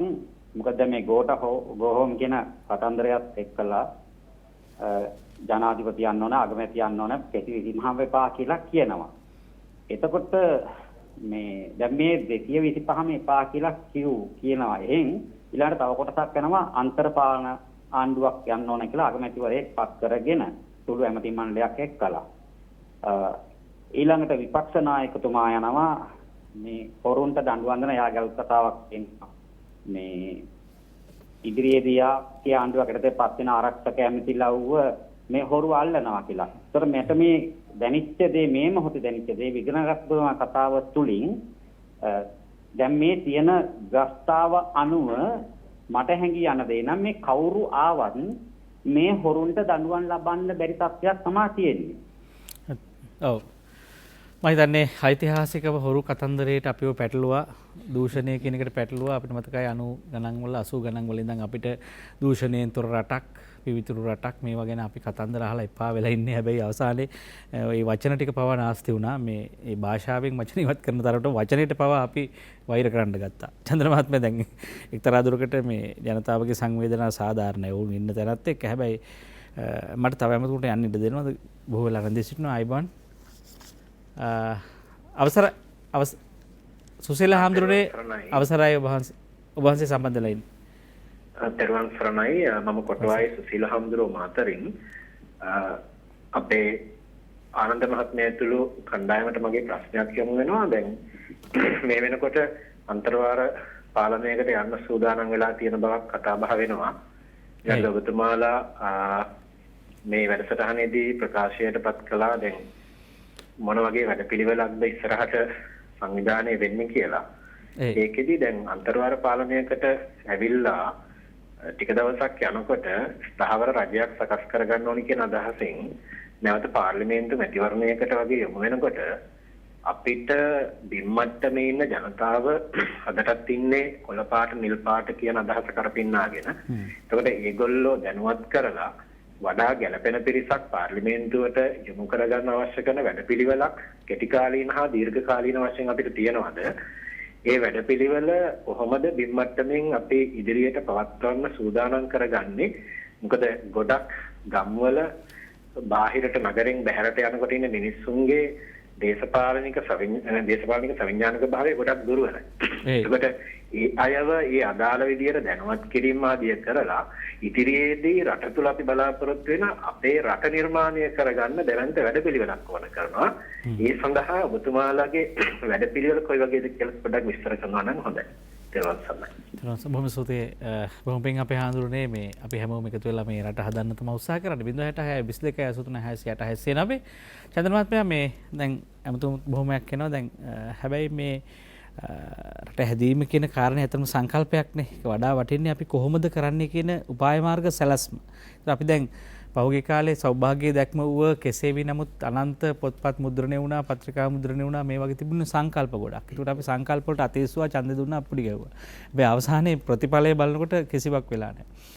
මම හිතන්නේ ප්‍රශ්න අදාළ කරගනිමින් අපිට ඊළඟ ආකෘතිය කරා ගමන් කරන්නේ කෙසේද? මේක තමයි සංකීර්ණම කාරණේ.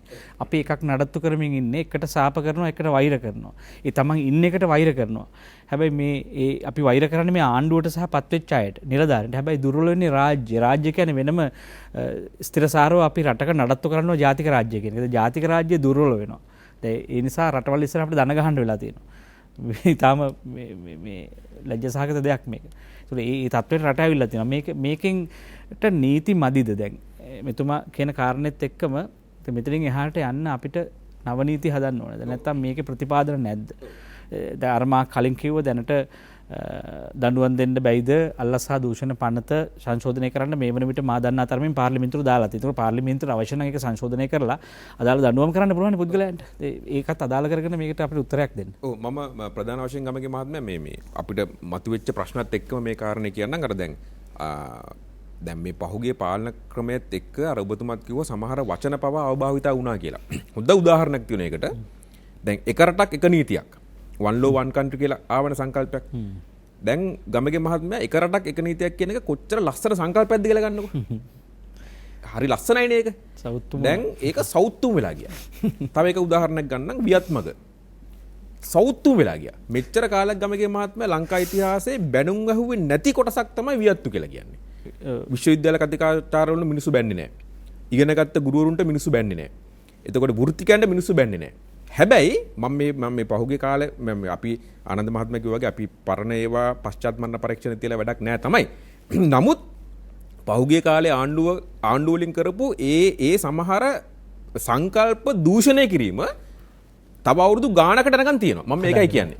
මොකද දැන් ඒ වියත්මගෙන් ගියපු වියතුන් කරපු පිස්සු ටික පාර්ලිමේන්තුව ඇතුළතදී කියපු දේවල් සමහර ආර්ථික විද්‍යාව උගන්වන ගුරුවරු කිව්වා සල්ලි අච්චු ගැහුවට උද්දමනය වැඩි වෙන්නේ නැහැ කියලා. දැන් මම ආර්ථික විද්‍යාව ඉගෙනගෙන නැහැ. මම දන්නවා ගාමිණී මහත්මයා මේ ආර්ථික විද්‍යාව පිළිබඳ පශ්චාත් උපාධියකුත් තිබෙනවා කොරියානු ආර්ථිකය සම්බන්ධයෙන්. මම දන්නේ මම වැරදි නම් නිවැරදි කරන්න. දැන් අපි ඉස්සර කොරියාව කියලා කිව්වහම මතක් වෙන්නේ ගමගේ මහත්මයා අපි පොඩි කාලේ කොරියාව කියලා කියන්නේ මුඩුක්කු වලට. අන්න කොරියාව කියලා. හැබැයි ගාමිණී මහත්මයා කියයි මෙතන පැය දෙක තුනක සාකච්ඡාවක් කරලා ගියයි කොහොමද කොරියාව දිනු වෙන්නේ කියන කාරණේ. එතකොට දැන් ඒ වගේ සමහර උගත්තු වියත්තු මේ දේශපාලනට ආවට පස්සේ ඒක තමයි මේ කියන්නේ මේ සිස්ටම් එකේ බරපතල අවුලක් තියෙනවා කියන එක. පුන පුනා කියනවා ප්‍රසිද්ධ මාධ්‍යයට ඇවිල්ලා කොච්චර සල්ලි අච්චිකවත් උද්දවන්නේ වෙන්නේ නැහැ කියලා. ඉතින් අපිට පුදුමයි අනේ අපි දැන් ඒ වියත්තුන්ට වෙච්ච අකරතැබ්බ මේ පාර්ලිමේන්තුවට ගියාට පස්සේ. දැන් එක රටක් එක නීතියක් කියන එකත් අපි දැක්කා. සමහර වෙලාවට මේ ජාතිවාදී පැත්තටම ගිහිල්ලා ඒ සංකල්පෙත් දූෂණය වෙලා ගියා. එතකොට ඔය සංකල්ප ආයි ඉස්සරහට ගේනකොට දැන් යහපාලනය කියලා good governance කියලා කියන්නේ ගමගේ මහත්මයා ලෝකේ ඉතාම ඉහළින් පිළිගත්ත සංකල්ප. දැන් මේ ආණ්ඩුවට කලින් ආණ්ඩුව ඇවිල්ලා යහපාලන ආණ්ඩුව කියලා කියන්නේ සාමාන්‍ය මිනිස්සු කියන්නේ යහපාලන ආණ්ඩුව කියලා. මාධ්‍ය කියන්නේ යහපාලන ආණ්ඩුව කියලා. ඒ යහපාලන කියන වචන දෙකත් නැත්තරම නැති කරා. දැන් ඉස්සරහට එන දැන් අපි හිතමු ආනන්ද මහත්තුරු අපි එකතු වෙලා අපි හොඳ ක්‍රමවේදයක් හැදුවා කියලා. ඔය ක්‍රමවේදය ඇතුළේදී අපිට ඔය වචන භාවිතා කරන්නවත් බැරි මට්ටමට ඒ වචන දූෂණලා ඉවරයි. 225 169 ලක්ෂය වගේ වචන.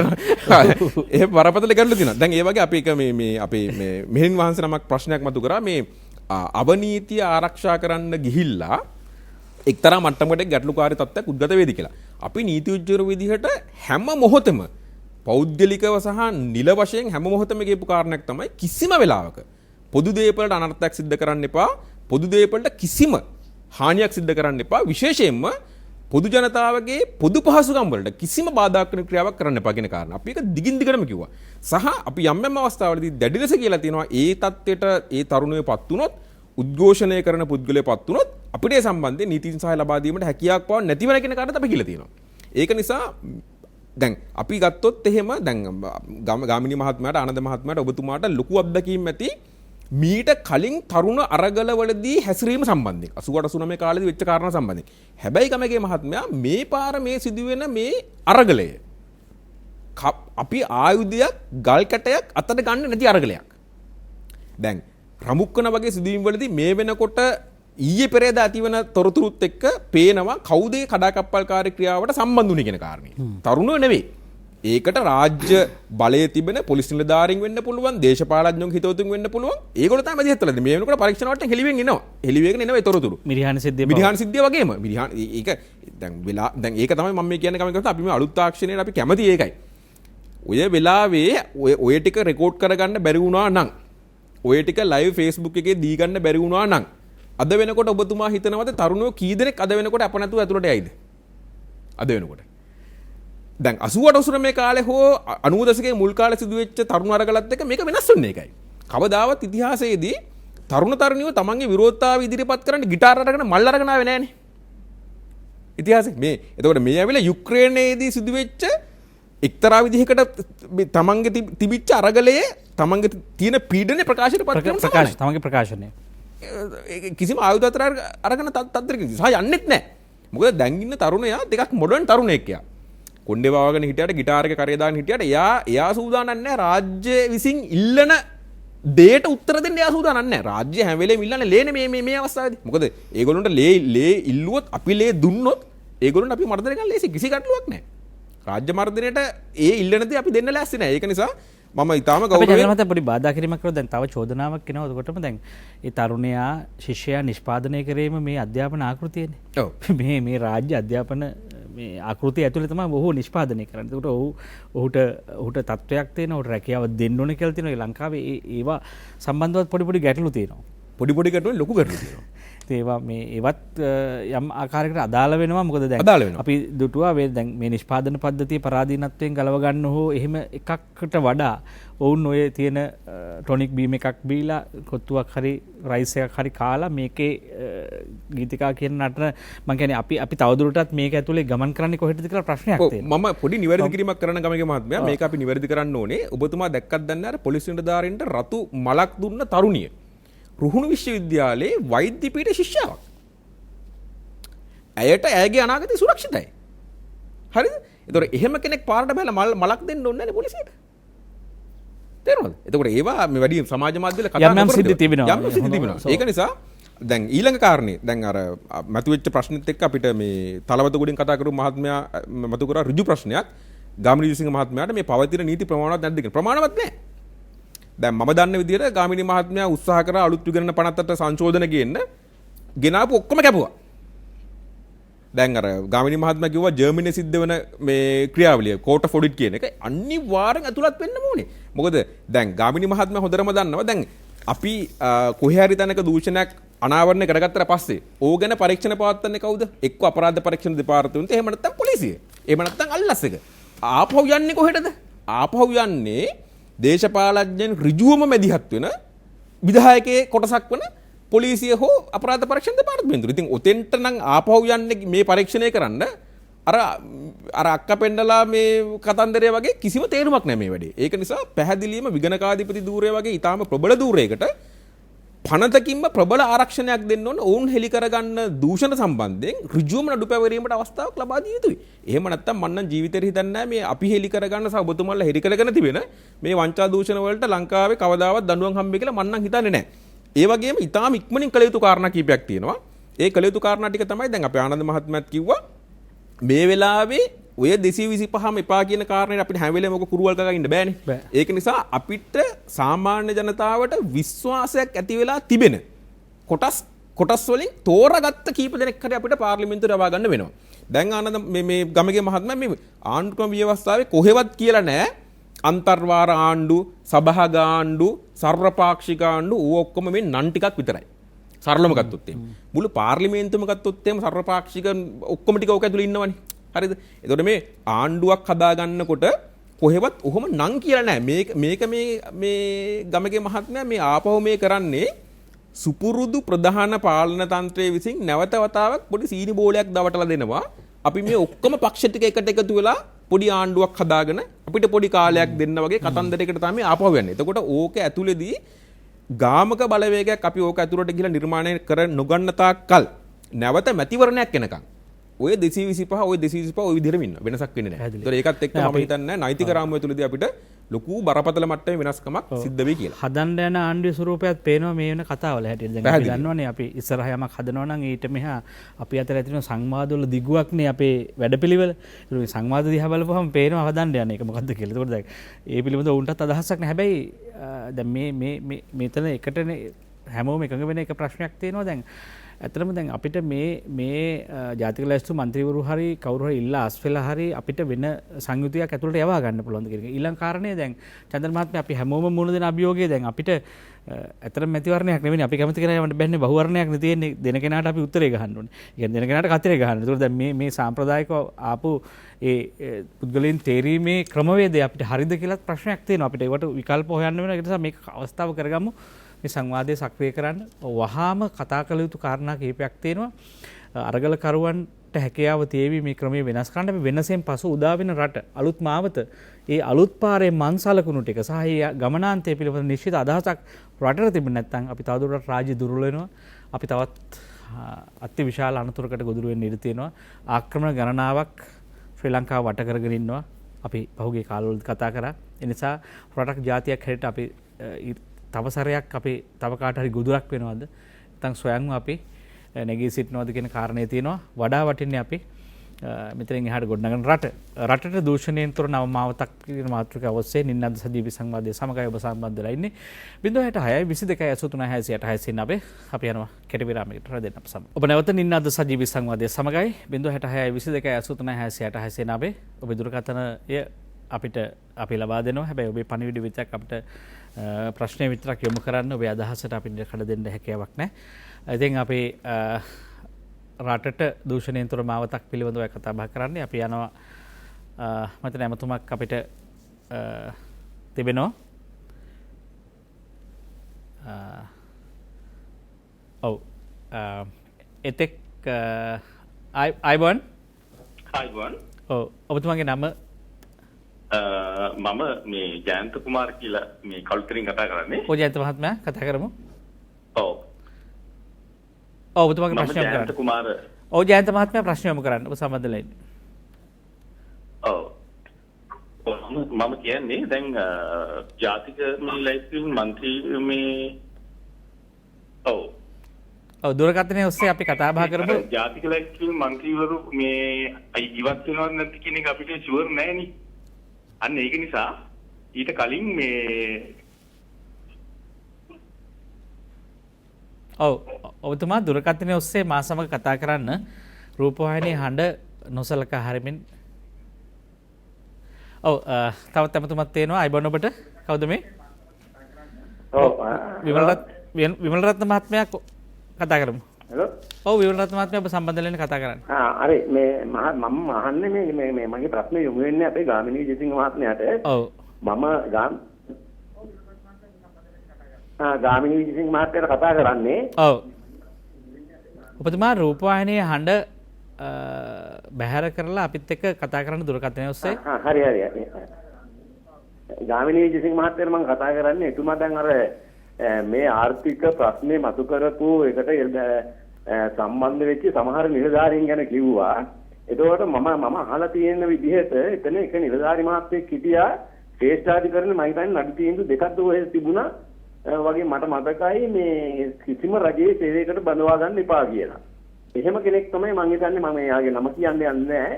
එතකොට ඒ වගේ කෙනෙක් තමයි එතෙන්ට ලේකම්කමකට දාගෙන තිබුණේ මම හිතන්නේ විදිහට.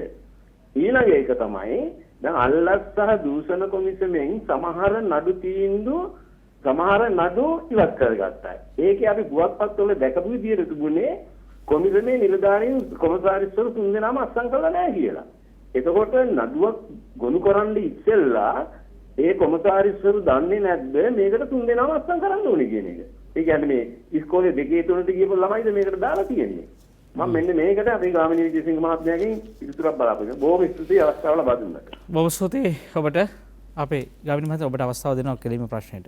ප්‍රශ්න මේ කීපයක් තියෙනවා උත්තර දෙන්න මම ඉස්සෙල්ලා අහපු ප්‍රශ්නෙට උත්තර දීලා ඉන්නම් කලින් අර වියදම් සම්බන්ධයෙන් කතා කරපු එක මේ සංඛ්‍යාත්මක වශයෙන් කිව්වොත් එහෙම අද ලංකාවේ 2021 දත්ත අනුව දවසක අලාභය බිලියන 3.5ක් 2021 දත්ත අනුව.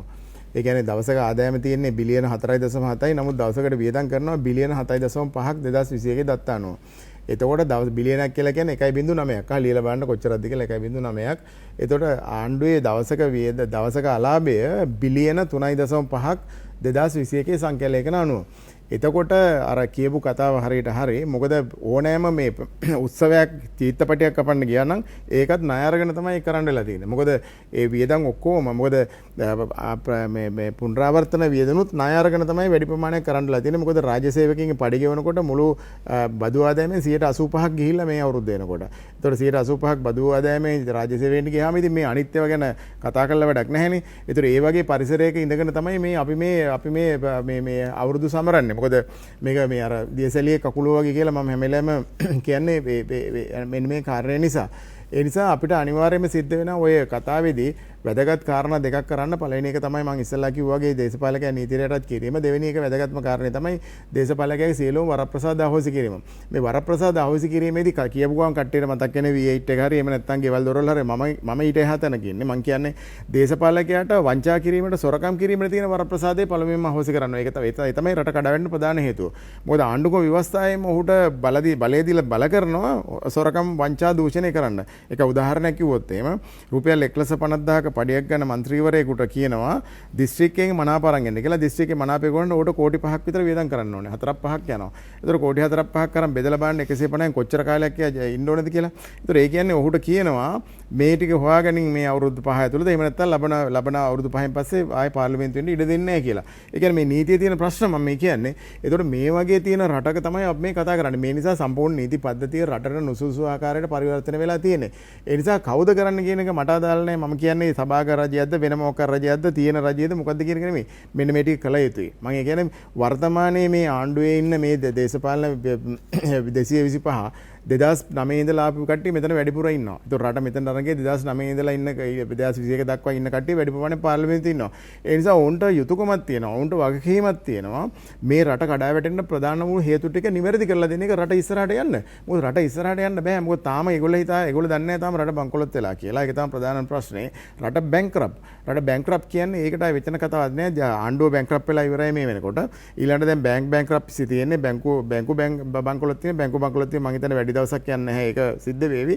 ඊළඟට තමයි දේශීය වශයෙන් තියෙන ඔක්කොම බංකොලොත් වෙලා රට බංකොලොත් වෙනවා. ඇත්ත වශයෙන්ම තාම රට බංකොලොත් නැහැ. ආණ්ඩුව බංකොලොත් වෙලා තියෙන්නේ. ආණ්ඩුවේ අද ඒකාබද්ධ මුදලේ ඍණශේෂය ට්‍රිලියන 20කට කිට්ටුලා තියෙන්නේ. ඒකාබද්ධ මුදලේ ඍණශේෂය. ඒ කියන්නේ ට්‍රිලියන කියලා කියන්නේ 1.12ක්. එලියල බලන්න 1.12 කියද රට 20.12ක් රටේ මුළු ණය ප්‍රමාණය තියෙනවා ඒකාබද්ධ මුදලේ ඍණශේෂය. එතකොට ගොඩ ගන්න කොහොමද කියලා හිතන්නකෝ. ඒක ඇත්තටම මෙච්චර ලේසි වැඩක් නෙවෙයි. ඒ නිසා ප්‍රධාන වශයෙන් මේ කාරණා දෙක කරොත් එහෙම මොකද දේශපාලකයාගේ සියලුම වරප්‍රසාද අවශ්‍ය කරොත් විතරයි අපිට පුළුවන් වෙන්නේ මේ කියන જાතිය කට්ටිය ඇතුළට ගේන්න. මොකද නැත්තම් අනිවාර්යයෙන්ම මේ එන්නේ වරප්‍රසාද ගන්නමයි. ඒතකොට වරප්‍රසාද ගන්න ඉන්නේ කෝටි ගණන් වියදම් කරගෙන සාමාන්‍ය බුද්ධිමත් මිනිහෙකුට කවදාවත් පාර්ලිමේන්තුවට මේ හැකියාවක් නැහැ. ඒ නොවන තාක්කල් මේ පාර්ලිමේන්තුව කියන තිබිය යුතු රටේ වැදගත්ම කුළුණ තනිකරම අසාර්ථක වෙනවා. මොකද අද ඒකට වැඩි කතාවක් ඕනේ. පහුගිය දවස් 5-6 පාර්ලිමේන්තුවේ සාකච්ඡා කරපුවා දැක්කොත් එහෙම ඇඟ කිලිපොලා යනවා නේද? මොකද මේ මෙච්චර ලොකු ප්‍රශ්නයක් තියෙදී ඒ ප්‍රශ්නේ මම හිතන්නේ විනාඩි 5ක් කතා කරන්නේ නැහැ. එහෙම මෙහාට බයිනවා මෙහෙන් එහාට බයිනවා. සාමාන්‍යයෙන් දැන් දේශපාලඥයා විතරද මේ හොරකමට දූෂණයට අහු වෙන්නේ? නෑ මේක ඉතින් ඒක කතා දෙකක් කරන්නේ. දැන් සීනි බදු වංචාව සම්බන්ධව පොල් තෙල් බදු වංචාව සම්බන්ධව විශාල මුදල් පෞගේ කාලේ කතා වුණා. සාකච්ඡා වුණා. ඔව් ඒක තමයි මම කියන්න උත්සාහ කරන්නේ. මොකද මේක අපි හැමෝටම දෙන්න වෙනවා කොටස් හැටියට. කොටස්කරු හැටියට රාජ්‍යයේ උසස් නිලධාරීන්ට අනිවාර්යෙන් මේ කොටසක් යනවා කිසි ප්‍රශ්නයක් නැහැ. නමුත් දේශපාලකයා තියෙන බලය පාවිච්චි කරලා තමයි මේ ඔක්කොම වෙන්නේ. අර ඒකට මම ඉස්සෙල්ලා කිව්වා නීති සංශෝධනය කරන්න ඕනේ. අද රාජ්‍ය නිලධාරියා දඬුවමට අල්ලගෙන තියෙන දේශපාලකයා. ඒ අර 52 සෙක්ෂන් එක නිසා ඔහුට ගැලවෙන්න විදියක් නැහැ. ඒ නිසා ඔහු කියන ඕන දෙයක් කරන මට්ටමට රාජ්‍ය නිලධාරියා පත් වෙලා නැත්නම් ඔහු දීන බවට පරිවර්තනය කරලා තියෙන්නේ මේ නීති පද්ධතියත් එක්ක. ඒ නිසා මේව නැවත ගොඩනගන්න ඕනේ. රාජ්‍ය නිලධාරියට තියෙන බලපෑම ඉවත් කරන්න ඕනේ. රාජ්‍ය නිලධාරියට බලපෑම ඉවත් කිරීම සඳහා වැදගත් පාර්ලිමේන්තුවක් ගොඩනගන්න ඕනේ. මේවා එකට එකක් පැටලලා තියෙන මේක අර ඩොමිනෝස් තියරි කියලා කියන්නේ අපි අර එකත් අල්ලු කරපුවම පෙරලා ඔක්කොම යන්නේ. අන්නේ සිටුේෂන් එකට තමයි අද මේ රට පත් කරගෙන තියෙන්නේ. මොකද මේ කුළුණු වල තියෙන ශක්තිය කඩාවැටීම හේතු කොටගෙන. ඒකට ප්‍රධානම වශයෙන් බලපාන්නේ මෙන්න මේ කාරණා දෙක. දේශපාලකයා නීතියට නිසා ඔහු සතේකට ගණන් ගන්න ඔහුට ගන්න ඕන තීරණයක් අරගන්නවා. ඒ තීරණ වැදගත්ද තීරණ රටට වටිනවද නැද්ද කියන කාරණේ කිසි වටිනාකමක් නැහැ.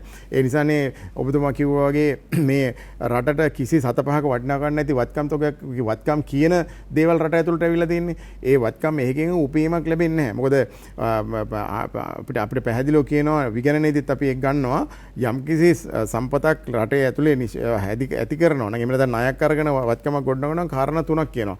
එකක් ඒ ගන්න ණය ඇවිල්ලා වත්කමක් කොහ රටේ ගොඩනගෙන්න ඕනේ. ඒ වත්කමට වටිනාකම වැඩි වෙන්න ඕනේ. දෙවෙනිම ඒ වත්කම ඒ ණය ගෙවීමට මේ හැකි ආකාරයට ඉපීම් ශක්තියක් ගොඩනගෙන්න ඕනේ. ඒ ඉපීම් ශක්තිය ගොඩනගුණොත් ඒත් ගැටලුවක් නැහැ. තුන්වෙනිව මේ දෙකම කෙරෙන්නේ නැත්නම් ජනතාවගේ ජීවිතය කම්ෆර්ටබල් වෙන්නේ. කියන්නේ ඔහුට සුව පහසුවට ඔහුගේ වැඩි වෙන්න ඕනේ. දැන් ගඟෙන් බහැලා යන මිනිස්සුන්ට ගඟ හරහා පාලමක් දානකොට ඒකේ වත්කමටත් වඩා ඒක වටිනා අපිට ආදායමක් ගන්න බෑ. මොකද ඒක මිනිස්සුන්ගේ charge කරන්න බෑ. නමුත් මිනිස්සුන්ගේ ජීවිතය සාර්ථක වෙලා තියෙනවා.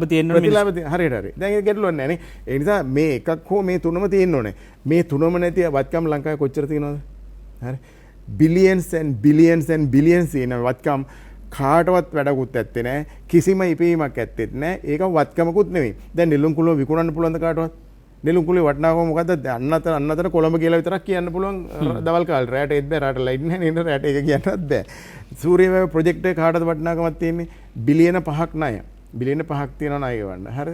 ඒලොට සම්මන්ත්‍රණ ශාලාව සම්බන්ධ ශාලාව කිසිම දේ මෙවැ පැරෙන්නේ නැහැ. කෝටි ගණක් යනවා නඩත්තු කරන්න. 7-5ක වටිනාකමක් නැහැ. නුසුදුසු සම්පත් මේ වගේ ගොඩ ගහලා තියෙන රටවල විමසුවේ නැද්ද දැන්? ඔබතුමාලා මේ සම්බන්ධයෙන් උගතුන්නේ. දැන් දෙයනේ මේවා දැන් ඔබතුමාලට ජාතික ධනය උගන්නලා මේ කාගෙන්ද විමසන්නේ? කවුද විමසන්නේ? ඒක තමයි කියන්නේ මේ කාරණා දෙකටම යටත් කරන්න කියන්නේ ඒකයි දේශපාලකයා. එහෙම නැත්නම් ඔය වැඩේ කෙරෙන්නේ නැහැ. මොකද මේක ඇතුළට මූල්‍ය රෙගුලාසි වලට අරන් ආව මේ අන්සොලිසිටඩ් බිඩින් කියන සිස්ටම් එක. ඒ කියන්නේ ඒකපාර්ශ්වික මේ ප්‍රදාන කිරීමේ ක්‍රමවේදය. මෙන්න මේක හරහා තමයි රටේ කොමිෂන් වැඩි ප්‍රමාණයෙන්ම සිද්ධ වෙන්නේ. ඔය ඔක්කොම දේවල් මේ අන්සොලිසිටඩ් බිඩින් කියන සිස්ටම් එකට අරගත්ත ඒවා. ඒව ඇතුළේ තියෙන දූෂණය මෙතකයි කියලා කියන්න බෑ. යම් කිසි තැනක සීක්‍රසි එකක් තියෙනවා නම් ඒ පිටිපස්සේ ඉන්නේ දූෂණයම තමයි. ඒ නිසා තමයි රාජ්‍ය සේවය පැහැදිලිව කියන්නේ සීක්‍රසි කියන එක. දැන් රහස්‍යභාවයක් තියෙන්න බෑ රාජ්‍ය සේවයේ. ඒක විවෘත වෙන්න ඕනේ. ඒ නිසා තමයි අතන තොරතුරු දැනගෙන පණිත ඉතාමත් සාර්ථක වුණේ ලංකාවට. ඒ සීක්‍රසි එක රහස්‍යභාවය ඉවත් කරොත් එහෙම මේ ඔක්කොම දූෂණ හෙළි වෙනවා. එතකොට අන්සොලිසිටඩ් බිඩින් කියන එක එහෙම නැත්නම් ඒකපාක්ෂික මේ කොන්ත්‍රාත් දීම කියන කාරණේදී ඉතාමත්ම සීක්‍රට් වැඩ කරන්නේ. ඒක රහස්‍යයි.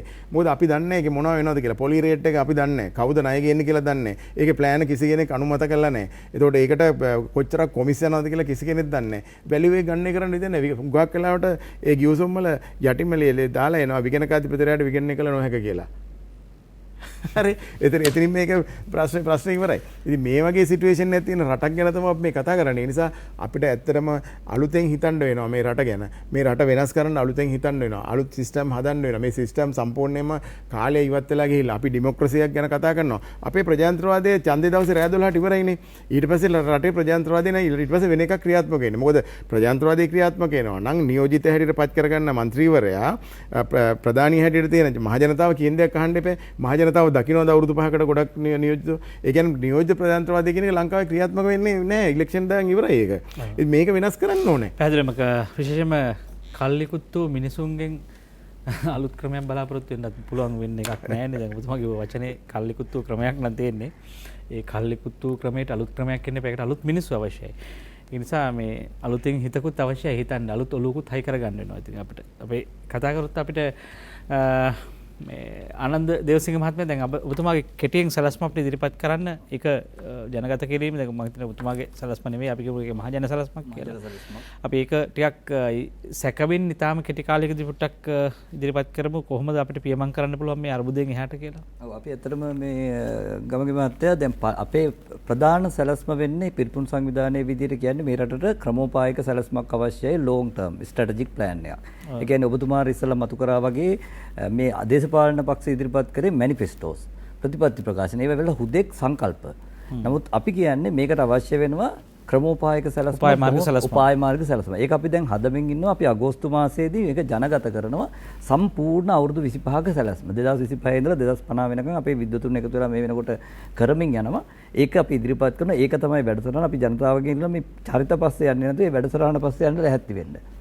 නමුත් මේ වෙලාවේ කෙටි කාලින අපි මේ වැඩසටහන පොඩ්ඩකට නවත්තලා මේ රටේ අර්බුදය මේ වෙනකොට ඉදිරියේ දෙන්න තියෙන අර්බුදයට මැදිහත් වීම සඳහා කෙටි කාලින යෝජනා මාලාවක් ඉදිරිපත් කරා. මේකට අපි සිවිල් සංවිධාන සහ විද්වතුන් ඇකඩමික් ස්ටාෆ් NGO මේ සංවිධාන ගොඩක් එක්ක එකතු වෙලා යම්කිසි යෝජනා මාලාවක් ගෙනාවා මෙතුමා සහ මේ රටේ තියෙන ප්‍රශ්න විසඳන්න. ඒක දැන් අපි 7 වෙනිදාට තවත් පුළුල් සංවාදයකට ලක් කරලා මේක අපි වැලිඩේට් නැත්නම් එන්ඩෝස් කරගන්න ඕන ඔක්කොමලා ඉස්සරහා. ඔක්කොමලා ඉස්සරහා මේක ඕකේ නම් අපිට පුළුවන් එකතු වෙලා මේක ක්‍රියාත්මක කරන්න. කෙටියෙන් කියනවා නම් අපි කියන්නේ අර ඉස්සලා කිව්වා වගේ මේ වෙලාවේදී පාර්ලිමේන්තුවට විද්වතුන් කීප දෙනෙක් යවිය යුතුයි මේ කියන හදිසි සම්මත කිරීම ටික කර ගැනීම සහ යෝජනා විදිහට ගෙනීම. එතකොට ඊට පස්සේ අපි කියනවා මේ වෙලාවේදී අග්‍රාමාත්‍යවරයා ඉල්ලා සිටිය යුතුයි. මොකද මේ අපි යන්නේ ගෝටා ගෝ හෝම් කියන ඩෙස්ටිනේෂන් එකට. ගෝටා ගෝ හෝම් කියන එක නවත්තලා නැහැ. ඒක ගෙනියන්න එතෙන්ට යන්න නම් මේ පියවර ටික යන්න ඕන. මෙතුමා බොහොම පැහැදිලිව කිව්වා ගෝඨාභය රාජපක්ෂ මහත්මයා ඉවත් කළ හැකි ක්‍රමය. එතුමා බොහොම සුබවාදී විදිහට ඉල්ලාස් වෙනවා නම් මේවා සම්පූර්ණයෙන් වෙනස් වෙයි. අපි මේ වර්ස් කේස් එකට. ඒ කියන්නේ එතුමා ඉල්ලාස් වෙන්නේ නැහැ. දැන් පැහැදිලිව පේනවා. එහෙමනම් ගෝඨා ගෝ හෝම් කියන එක අපි යථාර්ථයක් කරගත යුතුයි. එතුමාට දින දීලා තියෙනවා. දීලා තියෙනවා. ඒතකොට ඔව් එතුමා යන්නේ නැත්නම් අපි ඒක කරන ක්‍රමය මේ කියන්නේ. මොකද මොන විදියෙන් හරි යවිය යුතුයි. යවන්න පළවෙනි පියවර දෙවෙනි පියවර විතර පියවර කීපයක් තියෙනවා. එහෙමනම් පළවෙනියෙන් අපි අතුලට යවලා මහින්ද රාජපක්ෂ මහත්මයාට ඉල්ලාස් වෙන්න බල කර යුතුයි. ඊට පස්සේ අපි කියන්න ඕන මෙතනදී ජාතික සිවිල් සංවිධාන නිර්දේශ කරන එතනදී කණ්ඩායමක් විසින් අර 29 දෙනා. මේ ඉන්නේ අපි කවුරුත් දේශපාලනයට එන්න ආසාවෙනුත් නැහැ, කැමැත්තකුත් නැහැ. අපි පිටිපස්සේ ඉඳලා වැඩ කරනවා. දේශපාලනය සම්බන්ධ වන සිවිල් සංවිධානවල එකතුවකින් බල මණ්ඩලයක් විසින් 29 දෙනෙක් යෝජනා කරන්න ඕනේ. ඒ කට්ටිය ලංකාවේ දැනට නැත්තම් පිටරටවල ඉන්නවා නම් ගෙන්නලා ඒ 29 දෙනා නොමිනේට් කරලා පාර්ලිමේන්තුවට යවිය යුතුයි. ඒ කට්ටිය ඇත්තටම වැඩෝ 29ක්. අපි අපේ භාෂාවෙන් කියනවා. නිකන් මේ එහෙට මෙහෙට හෙන්චයියෝ නෙමෙයි වැඩෝ 29ක්. ඒ කට්ටිය සල්ලි ගන්නෙත් නැති දැනටමත් සමහර ව්‍යාපාරිකයෝ පවා කියලා තියෙනවා. අපේ මේ වැඩසටහනට ඇවිල්ලා පඩි නැතුව මේ වැඩේ කරලා ගොඩ දාලා දෙන්නම් කියලා. ඒ කට්ටිය ඇවිල්ලා ඒ 29 දෙනා ඇතුළට යවන්න ඕන. යවලා කැබිනට් මිනිස්ට්‍රීස් අවම වශයෙන් 10ක් ඉල්ලන්න ඕන ඒ කට්ටියට. ඉල්ලගෙන මේ 25 දෙනා දැන් හේතු වෙලා නර තලවතුගොඩ මහත්මයෙක් කිව්වා මේක කොහොමද කරන්නේ? කරන්න බෑ. මේ කට්ටිය බන්දේසියක තියලා මේ හෙට ආවේක දෙන්න කියන්නේ මේ එළියට බහලා තියෙන තරුණ පිරිස් තමයි ඒක කරලා දෙන්න ඕනේ. ඒ කට්ටිය මේ മന്ത്രിවරුන්ගේ ගෙවල් ගාවට කියලා මේක බල කරන්න ඕනේ. මේක කරපල්ලා දැන් කියලා. දැන් උඹලා ගිහිල්ලා ඉවරයි. මේක කරපල්ලා කියලා බල කිරීම තුළ තමයි ඒක වෙන්නේ. ඊට පස්සේ ඇමති දූර ටික අරගෙන ඒ ඇමතිවරුන්ට මේ තියෙන ප්‍රධාන අමාත්‍යාංශ භාර දීලා අගමැතිකමත් පුළුවන් නම් හිතෙන්ට දෙන්න ඕන. දීලා අන්තර්වාර පාලනය කියන්නේ අන්න ඒකට. ඒ කණ්ඩායම එකතු වෙලා අන්තර් පාලනයක් කරන්න ඕනේ. ඒක ඒ යන 29 දෙනා තනි කරන්නේ නැහැ. සිවිල් සංවිධාන විසින් තව 100ක බලයනියක් හදනවා එළියේ. හදලා අර කට්ටියත් එක්ක එක වහලයක් යට මේ කට්ටිය එකතු වෙලා මේ අවුරුද්ද වැඩසටහන කරනවා. අර මැමතිලා පත් කරන කට්ටියයි 29 දෙනාට සපෝට් කරගෙන එවුන් තනි කරන්නේ නැතුව නැත්නම් අර 196ම එකතු වෙලා උන්ට ගහනවා. අර මෙතුමා කිය වගේ වියත්තු කියන එක නැත්තරම නැති කරලා දාන්න අරුම ෆේල් කරනවා. ඒ නිසා එළියේ ඉඳලා මේ බල මණ්ඩලය එකතු වෙලා මේ කට්ටියව ශක්තිමත් කරගෙන මේ වැඩපිළිවෙල ගෙනියන්න ඕන. ඔබතුමාලා ඕකේ තේනවද දැන් ඇත්තටම ප්‍රශ්නේ හටගත්තේ මේ ආර්ථික කාරණා හේතු කොටගෙන විශේෂයෙන් ශ්‍රී ලංකාවේ නිෂ්පාදන පද්ධතිය. අපි කොයිතරම් පරාදීනද කියලා දැනුනේ අපිට ගෑස් ටික ආහාර ටික ඒ පිටරටින් එන එකද. ඒකට අපි ස්වාධීන ස්වෛරී රටක් වගේ නිවහල් දේශයක් වගේ කෙනෙවා හුදු අර මෙතුමා කිව්වා වගේ වචන සහ සංකල්ප විතරයි. එතකොට දැන් එතනින් ගැලවීමේ උපාය මාර්ගනේ වඩා වැටින්නේ. දැන් අපි මෙතන අත්පත් කරගන්නවා වගේම මේ තියෙන ණය තොගය ගෙවන්න පුළුවන්ද? මේ තියෙන ආහාර ටික නිෂ්පාදනය කරන්න පුළුවන්ද? මේවනේ අභියෝග ටික මේ තියෙන තෙල් ටික ගන්න පුළුවන්ද? මම කියන්නේ මේ අපිට මේ පුද්ගලයෝ යවා ගන්න එක වගේ මේ බලය අත්පත් කරගන්නවා වගේ මෙතනින් එහාට රට ගෙනියන ආර්ථික සැලැස්ම ඉතා වැදගත් වෙයි කියලා මම හිතන්නේ. මට අමතුමුට යන්න ඉඩ දෙන්න අයිබන් ඔබතුමන්ට නුවරින් ජයරත්න මහත්මයා ඔබ කතා කරන්න අපිට අයිබන්. ඔව් මේ ගමගේ මහත්මයා මට තියෙන ප්‍රශ්නේ තමයි මම මේ ගැටලුව යොමු කරන්නේ මේ අපේ හිටපු විගණකාධිපතිතුමන්ට තමයි මේ ගැටලුව යොමු කරන්නේ. ඔව් මේ අපේ හිටපු විගණකාධිපතිතුමාට චෝදනාවක් තියෙනවා මේ වාහන සම්බන්ධව. ඔබතුමාට ඒයින් ගැලවෙන්න පුළුවන්ද කියන කාරණාව තමයි මම මේ අහන්නේ. ඒ වගේම මේක සත්‍ය අසත්‍යතාවය කොහොමද කියන කාරණාවත් මම ඔබතුමාගෙන් දැනගන්න කැමතියි. ඒක කෝටි 27ක ගනුදෙනුවක් මේ විගණකාධිපතිතුමනි. මොකද්ද මේ හිටපු විගණකාධිපතිතුමාට මේ එල්ල වෙලා තියෙන චෝදනාව මේක සත්‍යද අසත්‍යද කියන කාරණාව තමයි විමසන්නේ. ඔව් දැන් ඔබතුමාට ඒකට උත්තරයක් දීලා ඉන්න අවස්ථාව දෙන්න. මම ඒත් එක්ක මේකටම අදාළ කරලා ප්‍රශ්නයක් අහන්නම්. දැන් ඔබතුමාලවත් විගණනය කළ යුතු නැද්ද? ඔබතුමාලා ආයතනය සහ ඔබතුමාලා විගණනය කිරීමේ අපේ නීති හදන්න ඕනේ නැද්ද? විගණනය කරනවා වෙනම ආයතනයකින් තමයි විගණකාධිපති දෙපාර්තමේන්තුවත් විගණනය කරන්නේ. ඕක ඇවිල්ලා මේ කාලයකට එන මඩ කතාවක් නෙවෙයි. මඩ එනවා දැන් උඩ 2019 ඕක ආවා දැනුත් ආවා. මම කියන්නේ දැන් මේක මාධ්‍යයේ එහෙම නැත්නම් සෝෂල් මාධ්‍යයේ විසඳන්න පුළුවන් ප්‍රශ්නයක් නෙවෙයි. මොකද හේතුව සෝෂල් මාධ්‍යයේ ජනතාව විසින් නිගමනය කරන්නලා විසඳන්න ඕන ප්‍රශ්නයක් තියෙනවා. ඒ තමයි දේශපාලකයන්ගේ ප්‍රශ්නේ. දේශපාලකගේ වංචා සම්බන්ධයෙන් උසාවියේ විසඳන්න විදියක් නැහැ. මොකද උසාවියේ දැනට ක්‍රියාත්මක වෙන්නේ නැහැ නීතිය මං කිව්වේ. එතකොට ඒගොල්ලන්ට සෝෂල් මාධ්‍යයේ ඔය කියන විදිහට මඩ ගහලා විසඳන්න පුළුවන්. එතකොට ජනතාවගේ මතය අයින් කරන්න. හැබැයි රාජ්‍ය නිලධාරීන්ට එහෙම කරන්න පුළුවන් කමක් නැහැ. දැන් එතකොට විගණකාධිපති කියන්නේ රාජ්‍ය නිලධාරියෙක්නේ. එතකොට ඔච්චර ලොකු වංචාවක් සිදු වෙනවා. මේක සීනි වංචාවට අතර ලොකුනේ සමහර අය කියන ඒවා. එතකොට දැන් විගණකාධිපතිවරයෙක් ඉන්නවනේ. හරිද? ඒතොර විගණකාධිපතිලා චෝදනා කරන විගණකාධිපති දෙපාර්තමේන්තුව පරිස්සම් කරගන්න ඕනේ. ඒ සඳහා ඔහුට යුතුයකමක් සහ වගකීමක් තියෙනවා. ඒ සඳහා විශේෂ වාර්තාවක් සකස් කළා. එක්කෝ ඒක පාර්ලිමේන්තුවර දාලා පාර්ලිමේන්තුවේ කෝප් කමිටුව හරහා යන්න පුළුවන්. එහෙම නැත්නම් බ්‍රයිබරි කමිෂන් එකක් තියෙනවා. බ්‍රයිබරි කමිෂන් එකට දැනුම් දීලා එහෙම කරන්න පුළුවන්. එහෙම නැත්නම් CID එකට දැනුම් දෙන්න පුළුවන්. එහෙම නැත්නම් තවත් වෙන මොකක් හරි මාර්ගයක් හරිගස්සලා මේ වැඩේ කරන්න පුළුවන් නේ. ඇයි ඒතොට ඒ කරන්නේ නැත්තේ? එහෙම ප්‍රශ්නයක් තියෙනවනම්. ඒතොට එහෙම ප්‍රශ්නයක් තියෙනවා නම් එහෙනම් ඔහු මොකක් හරි මේකේ ප්‍රශ්න සම්බන්ධයක් එහුවෙත් තියෙනවනේ එහෙමනම්. එතකොට යම් කෙනෙකුට ගහනවා දැන් ඒ කාලේ ගත්ත වාහන මම ගත්ත වාහන නෙවෙයි මුදල් අමාත්‍යාංශයේ වාහන දීමේ ක්‍රම විදිහට වාහන 10 ගණක් අරගත්තා. හැබැයි මම ආයතන වලට දුන්නා. ඒ දුන්නේ එකකට විගණකාධිපතිට වාහනයක් දුන්නා. මේ දෙපාර්තමේන්තුවේ ඉන්නවා 4-5 දෙනෙක් මට අකමැති මම කියන කාලෙදී මම ඔවුන්ගේ දූෂණ වලට විරුද්ධව වැඩ කරපු. ඒ නිසා ඒ දෙපාර්තමේන්තුවේම ගොඩ නැගුණු ප්‍රශ්නයක් තමයි ඔය තියෙන්නේ. ඉතින් මම කියන්නේ වර්තමාන විගණකාධිපතිවරයා මේකට මැදිහත් වෙන්න ඕනේ. මැදිහත් වෙලා ඔහු මේ ඉන්වෙස්ටිගේෂන් එකක් කළා, බ්‍රයිබරි එකට ඕනනම් දන්නලා, එහෙම නැත්නම් CID එකට දන්නලා මේ වැඩේ කරන්න එපා. මේක මාධ්‍ය විසඳන්න පුළුවන් කමක් නැහැ. රාජ්‍ය නිලධාරියෙකුගේ ප්‍රශ්න. ඔබ ඕන වෙලාවක උත්තර දෙන්න සූදානම්. මට උත්තර දෙන්න දෙයක් නැහැ. ෆයිල් ඔක්කොම එහෙ තියෙන. මොකද මම ෆයිල් ගෙදර අරන් ගිහලා නැහැනේ. ඒ ඔක්කොම ෆයිල් තියෙනවා. ඕනද කියලා ඒ වාහන තවත් තියෙනවා. දැන්ට පාවිච්චි කරනවා. මම අවුරුදු දෙකයි දැන් ඒ වාහනේ දැන් විගණකාධිපති පාවිච්චි කරන්නේ ඒ වාහනේ තමයි. ඊට පස්සේ වාහන 25 එහෙමම තියෙනවා. ඒ වාහන තමයි තවත් පාවිච්චි කරන්නේ. ඉතින් ඒවා මම ගෙදර අරන් ගිහලා නැහැ මොනවත් මම ගත්ත දෙයක්වත් නෙවෙයි. ඒවා මුදල් අමාත්‍යාංශයෙන් ලිඛිතව මේක කළා කැබිනට් අනුමත කළා අරගත්ත වාහන. ඉතින් ඕන ඔක කියනවනම් මම මොකක් හරි ගත්තා කියලා ඕක ගන්න පුළුවන්. ආයතන ප්‍රධානියා දෙපාර්තමේන්තුවේ වාහන ගන්න නැතුව පිට මිනිස්සු වාහන අරන් දෙන්නේ නැහනේ. වෙන කවුරුත් අරන් දෙන්නේ නැහැ.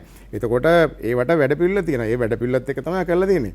මේක මඩ ගහන්න අර Tamanට දූෂණ වැඩ කරන්න අවස්ථාව දුන්නේ නැති නිසා ඒ මට විරුද්ධව ගහන වැඩපිළිවෙලක් විතරයි තියෙන්නේ. ඒ නිසා මම වර්තමාන විගණකත්වතුරට අභියෝග කරන්න පුළුවන් නම් මේක ඉස්සරහට අරන් එන්න. අරන් ඇවිල්ලා මේ දෙපාර්තමේන්තුව නිදහස් කරගන්න. මොකද දෙපාර්තමේන්තුවට මඩ ගහන්නේ මට නේ විගණකත්වතුරට මඩ ගහනවා කියන්නේ මුළු දෙපාර්තමේන්තුවම මේ අසාර්ථකයට එමින චෝදනාවට ලක් වෙනවානේ. ඒ නිසා ඔහුට වගකීමක් තියෙනවා. මේක කෝප් එකට අරන් යන්න. එහෙම නැත්නම් ප්‍රයිවරි එකට අරන් යන්න. එහෙම නැත්නම් CA එකට අරන් ගිහලා මේ ප්‍රශ්නේ විසඳන්න කිසි ප්‍රශ්නයක් නැහැ. එතුමා උත්තරේ මම හිතන්නේ ඔබතුමා සහිමටපත් වෙන ඇති උත්තරේට එතුමා උත්තරේ දුන්නා. රට ඉස්සරහා ජාති ඉස්සරහා අපි ආනන්ද දේවසිංහ මහත්මයා ඔබගේ අර වැඩපිළිවෙල අවස්ථාවක් කියලා මම කියන්න ගිය කරුණු තියෙන්නේ මම විමසුවේ එතනින් දැන් බලය ගැනීම සම්බන්ධව කිසි ප්‍රශ්නයක් නැහැ. මොකද අර්බුදයක් ඇවිල්ලා තියෙනවා. අර්බුදයෙන් මැද හරි ලේසි මේ මෙතන මැදිහත් වෙන්න. හැබැයි ප්‍රශ්නේ තියෙන්නේ එතනින් එහාට ගෝඨාභය ගිහිල්ලා හරි තව කවුරු හරි ඇවිල්ලා හරි මේ රට මෙතනින් එහාට ජනතාවගේ අවශ්‍යතාවයන් අඛණ්ඩව සපයලා මේ තියෙන ණයකන්දත් කළමනාකරණය කරගෙන ඉදිරියට ගෙවන්න යන ණයවාරික සහ පොලිහත් කළමනාකරණය කරගෙන මේක ඉස්සරහට ගෙනියන්න එපා. ඔව් ඒක තමයි ඔබතුමා එම් ප්‍රවේශය තමයි ඉතාල වැදගත් වෙන්නේ මේ මොහොතේ. ඔව් දැන් අපි අතනම අර කතා කරේ මේක ක්‍රියාත්මක කරන්න මූලික ටික දෙයදී මම කියන්න හැටි ඊළඟ කාරණා තිබුණේ තමයි ඔබතුමා ප්‍රශ්නේ. මේක මම ඒ විදිහටම කිව්වොත් මෙම සිවිල් සංවිධාන සමාජික බල මණ්ඩලය මගින් එක් අවුරුද්දක් සඳහා වූ ජාතික උපාය මාර්ගයක සැලැස්මක් නිර්මාණය කිරීම. ඊළඟ කාරණා විදිහට මම කියන්න ගියේ. ඒකෙදී අපි කියනවා මේ උපාය මාර්ගයක සැලැස්ම අරමුණු විය යුත්තේ අත්‍යවශ්‍ය නොවන වියදම් පාලනය කරමින් විදේශ විනිමය ඉපැවීමේ ප්‍රවර්ධනය කරමින් මහ ජනතාව මත පවතින ජීවන වියදම් පීඩනය ලිහිල් කරලා මේ පළවෙනි අවුරුද්ද තුර අපි කරන්නේ. මම කියන්නේ හරි ඒවා අපි ළඟා කරගත යුතු ඉලක්කනේ. ඒක කරන්නේ කොහොමද කියන කාරණේ දැන් අපි කියමුකෝ මෙන්න මේ හරිය මෙච්චර නිෂ්පාදනය වැඩි කරනවා. මෙන්න කර්මාන්තවල මෙන්න මේ ආනයන අපනයන ප්‍රතිපද ඒවනේ හරි වැදගත් වෙන්නේ. දැන් ඕවා සංකල්ප ඔබතුමා යන්න දෙපාර්තමේන්තුවලට අමාත්‍යාංශවලට මෙතුමා හොඳටම දන්නවා ඇති. ඉතාලම ලස්සන අරමුණු සංකල්ප පරමාර්ථ තියෙනවා. හැබැයි අන්තිම උපාය මාර්ගම සැලැස්ම උපාය මාර්ගයක් තුළ තියෙනවනේ මෙන්න මේ කාලය තුළ මෙන්න මේ නිශ්චිත ඉලක්කයන් සපුරාගෙන මෙන්න මේ ප්‍රතිලාභය රට අරන් දෙනවා කියලා. මගේ කාරණාටේ ප්‍රධාන තියෙන්නේ ආර්ථික ප්‍රශ්නෙට මේ කාරණා තුනක් කතා කරනවා. ඒකේදී වැදගත්ම දේ තමයි ඔබතුමා කියපු කාරණේ. මොකද ඔය ඔච්චර ලොකුවට හිතන්න දෙයක් නෙමෙයි මේ රටේ ඉඳලා අපේ කුෂිකර්මාන්තේ සම්පූර්ණයෙන් කඩා වැටිලානේ තියෙන්නේ. කුෂිකර්මාන්තේ බිමටම කඩා වට්ටලා තියෙන්නේ. පසුගිය අවුරුදු 20 30 40 තුලම සම්පූර්ණයෙන් කඩා වැට්ටුවා. ඒ කඩා වැටෙන්න ප්‍රධානම හේතුව තමයි අපිට තියෙන එකම ප්‍රශ්නය තියෙන්නේ අපිට විදේශවල වලින් ආරක්ෂාවක් නැතිකම.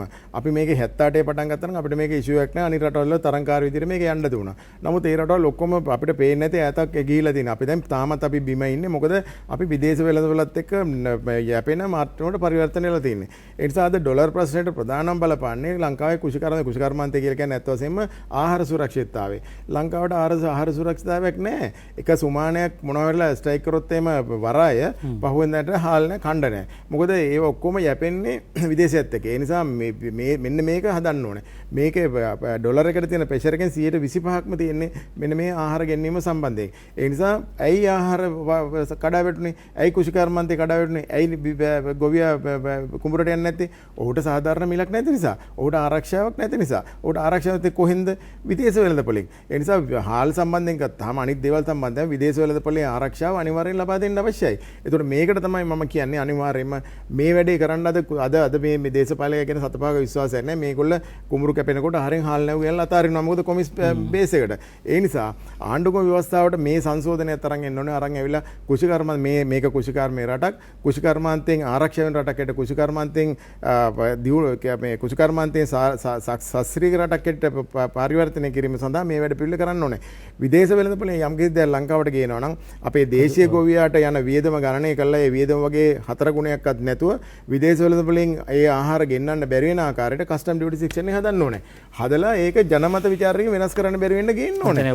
මාස 3යි මේ මාස 3යි මාස 6ක් ඇතුළත මේ 125කින් ඩොලර් එකට දෙන ප්‍රෙෂර් එක බහිනවා. මාස 6ක් ඇතුළත හරි මම බෙඩ් දාලා කියන්නම් මාස 6ක් ඇතුළත මේක බහිනවා. මම කියන්නේ ඊටාම වැදගත් කාරණයක්. මොකද දැන් ගොවියා දිරිමත් කරන්නම් ගොවියා රජ කරන්නම් කියනම සංකල්ප. හැබැයි ගොවියා පාන් කණ්ඩ පිටිගෙන්නගෙන මේ හාල් මිල බාල්දු කරලා කර්මාන්ත වට්ටලා මේ වී ගොවියා හෙම්බත් කරන වැඩ පිළිවෙලක් නෙමෙයි. විශේෂයෙන්ම මේ රට වැවෙන්න දේවල් පිටින් ගෙනල්ලා කණ්ඩ ලාභයට ගෙනල්ලා කන්න බදු සහන දීලා ඒ නිසා තා වැදගත් කාරණයක්. මේකෙන් හදන්නේ අපි කියන්නේ මේ සංවෘත ආර්ථිකයක් හදන්න කියන එක එහෙම නෙමෙයි. තහනම් කරන්නේ නැහැ කිසිම ප්‍රශ්නයක් නැහැ. ඕන කෙනෙකුට සල්ලි තියෙන කෙනෙකුට ගෙනල්ලා කන්න පුළුවන්. හැබැයි දේශීය හදන දේ වගේ 6 ගුණයක් මිල වැඩි.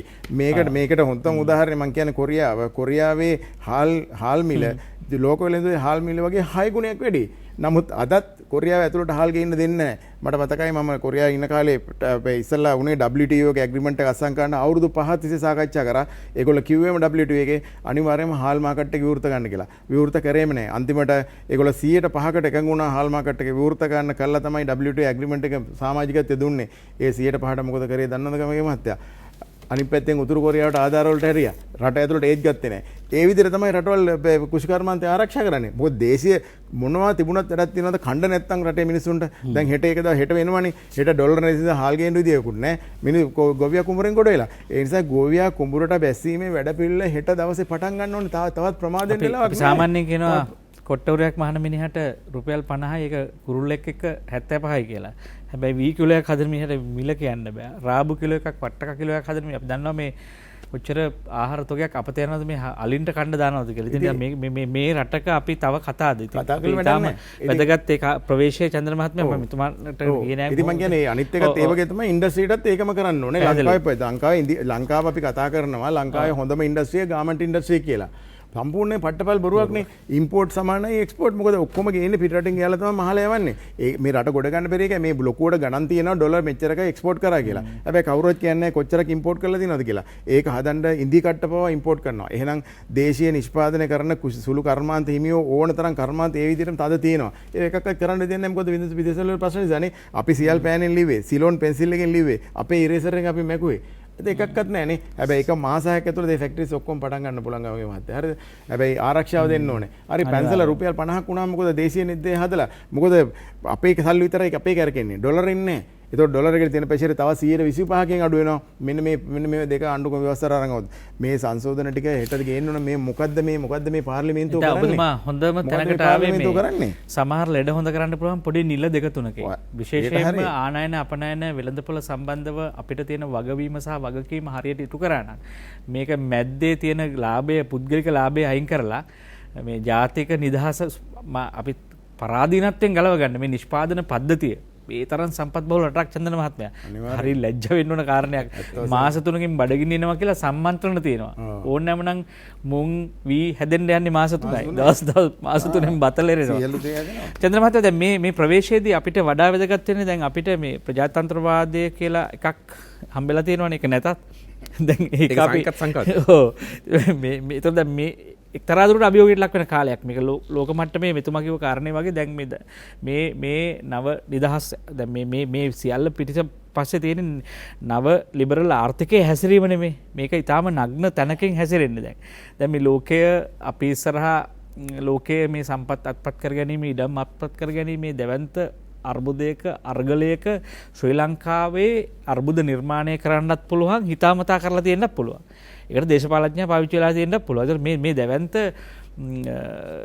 ක්‍රියාවලිය කොහොමද අපි මේ ස්වදේශීය දේ ඇතුළේ ජයග්‍රහණය කරන්නේ? අපිට මොනවද හදන්න ඕන ප්‍රධාන වශයෙන් දේශපාලන ව්‍යුහයේ හැඩතල? දැන් අපිට දැන් තාම වටිනවා මේ වෙලාවේ හදන්න යන සමාජ දේශපාලන මොකද මේ ව්‍යුහයේ හැඩතල. මොකද ඒක ව්‍යවස්ථා සංශෝධනය වෙන්න පුළුවන් හිට අනිද්දානේ. ඒක කොහොමද අපි මේ තමගේ ස්වෛරීත්වය ආරක්ෂා කරගන්න විදියට ඒක නිර්මාණය කරගන්න. නැත්නම් මේ ආපදාව වැදගත් වෙනවා තව කෙනෙකුට යටත් වීම සඳහා. ඒක යටත් කර ගැනීමට රණ්ඩුව වැදගත් නේ තව කෙනෙකුගේ ආධිපත්‍යයට ගොදුරු වෙන්නේ.